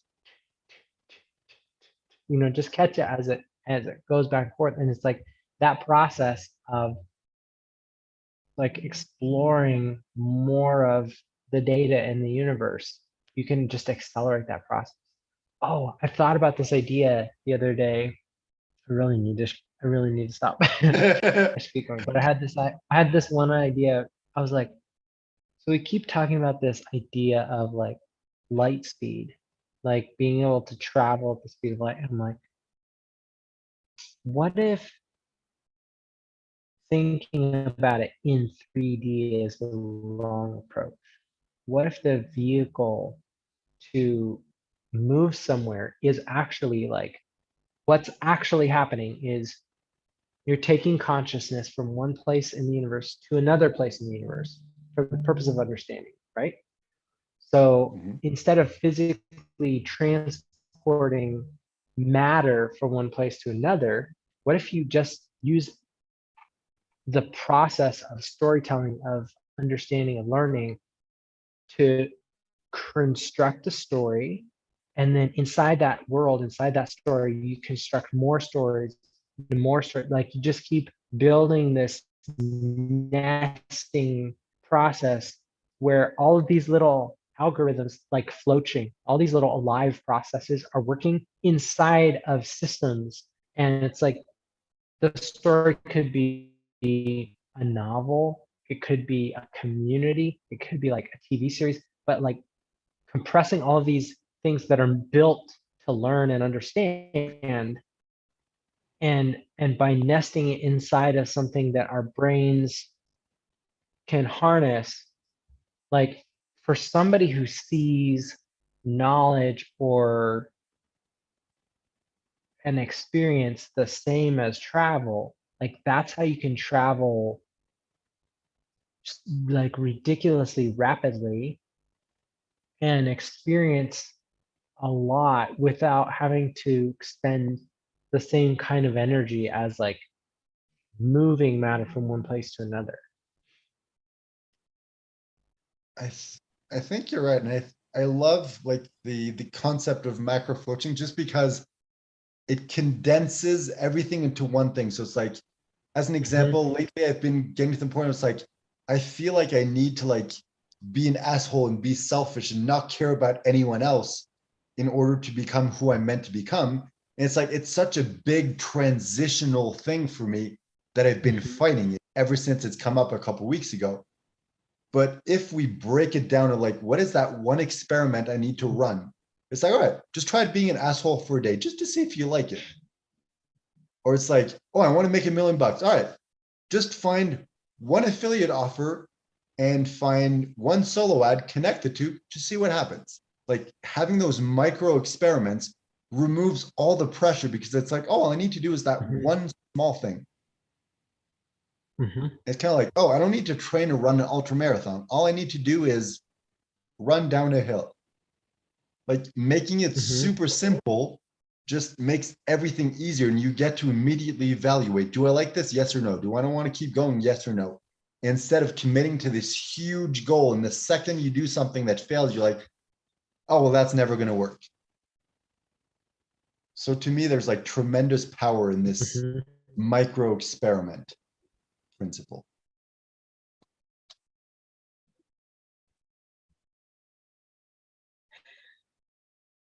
This is exciting. I just love the simplicity of this, of like, I have a theory. This is the experiment I'm running to test this theory, see what happens. And then whatever the outcome is, you evaluate, come up with the next theory, the next test, and just keep doing that and doing that and doing that. That's all you ever need to do in life. Yeah, I like it. All right, I am going to go. I'm going to write this one thing down before I forget. Fund, play speed, vehicle.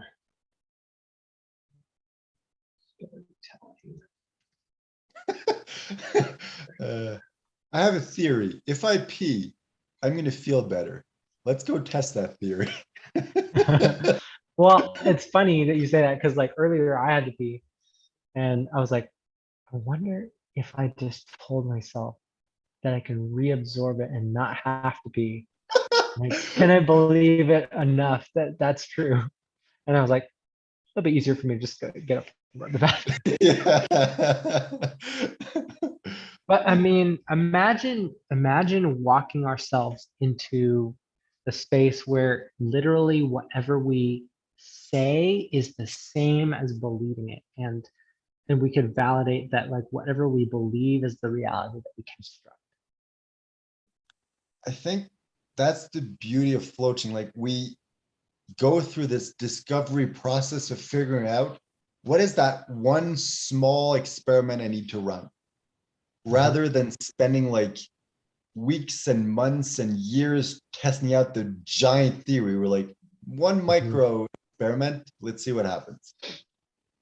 And I think that's why we're able to move so quickly and we feel like we're evolving so quickly because we're saving all the time. Instead of spending like a year building a business, we're spending 2 days testing out a theory for that business. And if it doesn't work, cool. I just saved a year of my life. Yeah. All righty. Speaking of This has time, I'm gonna let been you go. amazing.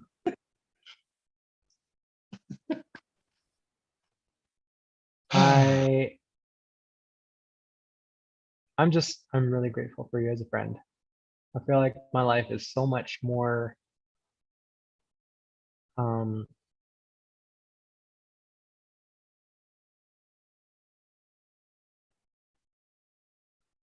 it's Stupid. I was gonna say it's like because of the experience that I have with you and because you're in my life, it's like it's easier for me to exist because you're here. Like being me in this space is like the best part of my life. And it's like it's easier to be than to not be, if that makes sense. And I'm like, how can I turn that process into the whole rest of my life? Like, how can I just make being who I'm meant to be in a way that's valuable to the rest of the world, like so much easier than doing anything else?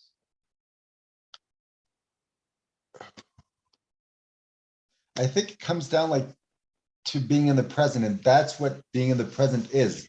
Like we automatically like theory, experiment, run the experiment, reevaluate, theory, experiment, run the experiment, reevaluate. It's like if we live our lives that way, we're constantly living in the present and we're constantly adjusting and evolving. It's like if we get to that point where that is our natural state, there's never the need for like, oh, well, I need to figure out, I need to come up with a plan because it's like theory, test, evaluate. Oh, okay. It's easy. It's like if you just do the theories you come up with, you never need to spend the time to figure out a plan because it's just like, oh, thought, action, thought, action, thought, action. I think like all the systems and everything we're coming up through is just getting us to the point where that's our state of existence. Where it's just like, we come up with a concept, it feels right to us and we do it. Without coming up with a plan, without questioning why, without figuring out the best strategy. It's just like, that is going to be our way of existing. And we're getting closer and closer to that point. Yeah. Okay. I think we really have something with floaching, like turning it into like macro floaching and micro floaching and like mega floaching. Ooh. But I mean, I'm seeing that there's something really powerful about us setting intentions and the specific things that we talk about or desire come true. So like if we systemize this into our life, like if we're being incredibly intentional about being intentional to create the reality that we want to experience, there's like it's going to be easier to be that than to not. Oh. So yeah, we're like figuring out how the world functions and then aligning ourselves with that so that a state of existence just becomes so easy that it seems like we're doing everything effortlessly. Just because we're like, we're not fighting against the world, we're just working with the world. Mhm.